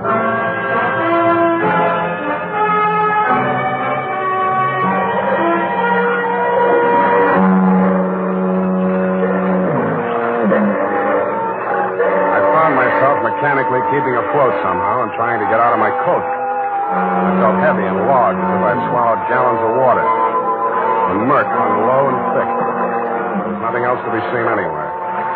I swallowed what felt like several more gallons before I got rid of the coat. From out of the misty fog blanket, from every direction, in a dozen different keys, from near and far, foghorns sounded. I stopped swimming and floated on my back, trying to determine my whereabouts. After a while, I picked out the moaning, evenly spaced blasts of the Alcatraz siren. But they came out of the fog without direction. Seemed to beat down on me from straight above. I was somewhere in San Francisco Bay, and that was all I knew. And I suspected the current was sweeping me out toward the Golden Gate. And a light came up ahead of me suddenly. A boat passing a few yards away. I lifted my head and screamed. The boat siren, crying its warning, drowned out my shouts. Went on past, and the fog closed in behind it. Then I heard a new sound. Seagulls. I swam towards it, and it seemed to get lighter. Part of it was the dawn light beginning to cut through the fog blanket. But there was also a strange-looking man standing on the water and waving a green lantern back and forth. I yelled at him to wait for me, and a seagull got off his hat and flew away. When I got closer, I saw that it was not a man, but only a buoy. Channel tight. I used all the strength I had left to drag myself up on the base of it and let it rock me to sleep.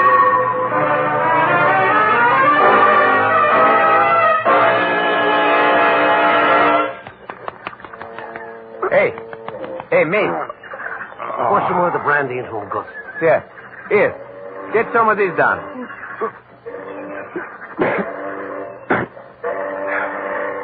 Where are we? It ain't heaven. You can tell that by the smell. Oh, Fisherman's Wharf. Yeah, take it easy. We got ambulance coming. You going to the hospital? No, I'll be okay. Hey, give me a hand. Yeah, okay. Hey, you do us a favor, will you? Don't fall down till you get out of sight this time. We're tired of picking you up.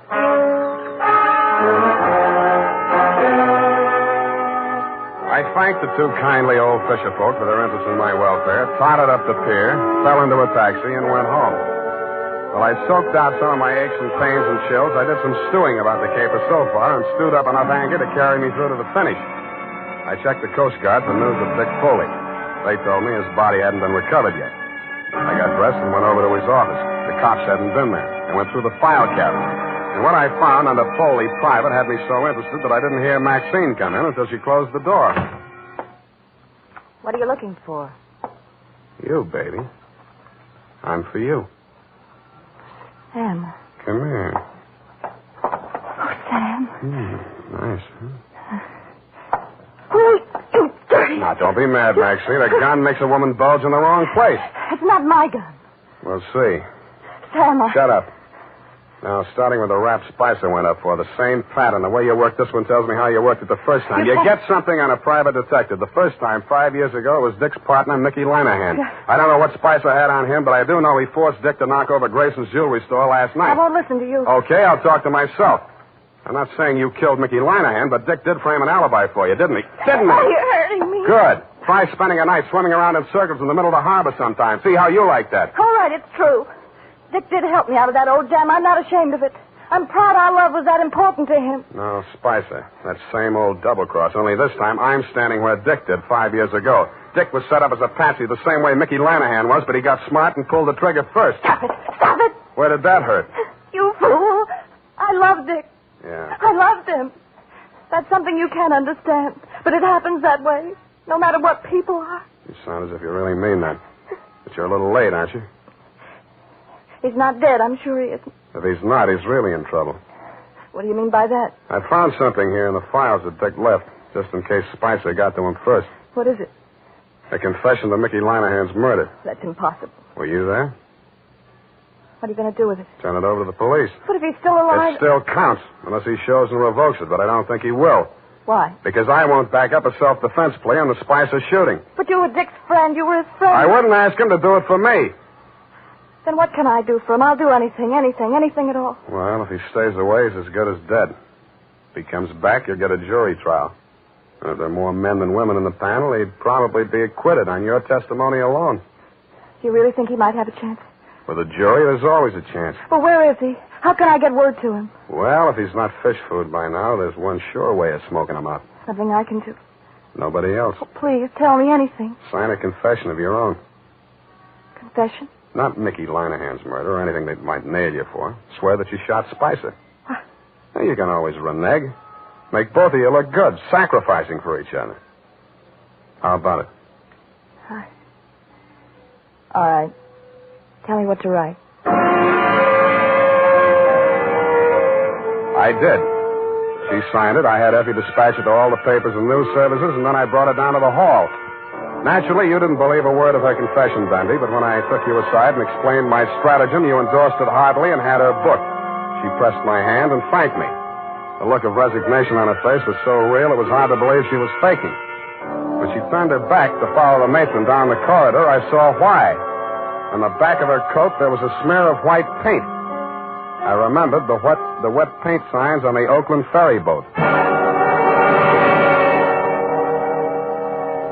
Dick FOley gave himself up an hour after her confession hit the street. Screamed and yelled at everybody in homicide, trying to convince them that Maxine was innocent and he should take the full rap. And I'm afraid I cleared that when we confronted him with the autopsy surgeon's report. He tried to bluff even then when he read it. Pellet A ended right side between third and fourth ribs, penetrated left lung. Pellet B, pleural membrane, side wound punctured. Well, so what, Sam? All three on the right side, angling up, you see? No!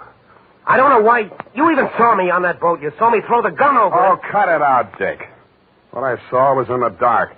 The you two men were facing each other directly. If I were going to drop a man fast at close range, face to face like that, I would not put the gun in my left hand, twist it around, straining my wrist in the process, and pull the trigger with my thumb. Unless I were left-handed, double-jointed, and a trickier shot than you are. I'd blast him straight through the middle. All right. All right, yes, it was Maxine. Well, that's good. Maybe you can get cured now. Why don't you open up some more? Let me put it down like it was business. All right, sir. Number one, Maxine killed your partner, Mickey Lanahan, 5 years ago. Probable motive to eliminate him and send Spicer up for it. Yeah, she didn't figure on Spicer being smart enough to confess to the robbery, and that alibied him for the murder. 2, you perjured yourself to clear Maxine of the murder. Motive? To prevent the truth about your partner from coming out, and Maxine was motive enough for anything. Cut it out, will you? Sorry. 3, Spicer forced you to team up with him in the jewelry heist. How? Well, he threatened to make a full confession as accessory to Mickey's killing. I would have put the whole works on Maxine and leave him in the clear. Yeah. Can't be tried twice for the same crime. 4, you decided to rub out Spicer whether you could beat the rap or not and clear the books once and for all. So you pretended to play along with him, told Maxine to do the same, and called me in as umpire. Yeah. Sam, I'm sorry. Why couldn't you lay off Maxine? Why did you have to... Oh, I thought you were my friend.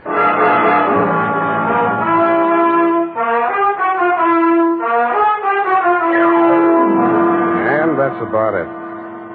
Period. End of friendship. Oh.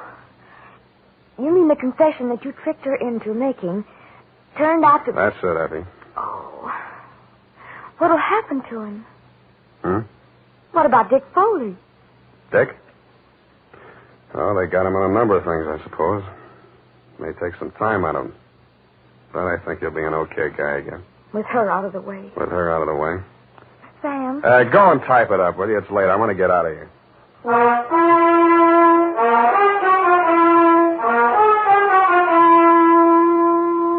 And now, listen to this. When it comes to hair tonics, the best friend of the family is Wild Root Cream Oil. Wild Root Cream Oil grooms the hair neatly and naturally, relieves dryness, removes loose dandruff. Now, you can get America's leading hair tonic in the new 25-cent Get Acquainted size. Also, ask your barber for a professional application of Wild Root Cream Oil Hair Tonic. Again and again, the choice of men and women and children, too. Well, here it is, Sam. I know how you must feel, so I won't... What's your hurry? Well, I thought, well, you know how you always feel. Look, sweetheart, Dick FOley was a private dick. So what? You mean you can bring yourself to talk about it? Sure. Go ahead, try me. Well, Sam, it seems terribly complicated. I suppose because Mr. FOley was in the profession and thinks like you do. Up to a point, Effie. What's bothering you? Well, why did he call you in? You, another private detective, and he knew how smart you are and all, and... Yeah. I don't know, maybe he thought, well, if I turned up anything, I'd look the other way. Do you think that could ever happen to you, Sam? That's a clever phrase you dictated. He called me in as umpire. That's baseball. But if he was so clever, why didn't he win, Sam? His mistake, Effie, was trying a quadruple play, which has never been heard of in the history of baseball or crime. All he wanted was to bat Maxine home safe. But it usually figures when 3 men are out, the side retires. Oh, well, I don't understand baseball, Sam. Well, that's all right. Football will be here soon anyway. Oh, but I don't... Good night, Levy. Good night, Sam. Good night, sweetheart.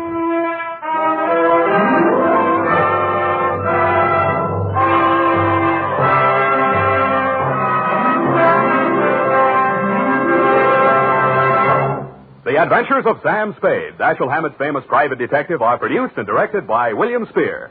Sam Spade is played by Howard Duff. Lorene Tuttle is Effie.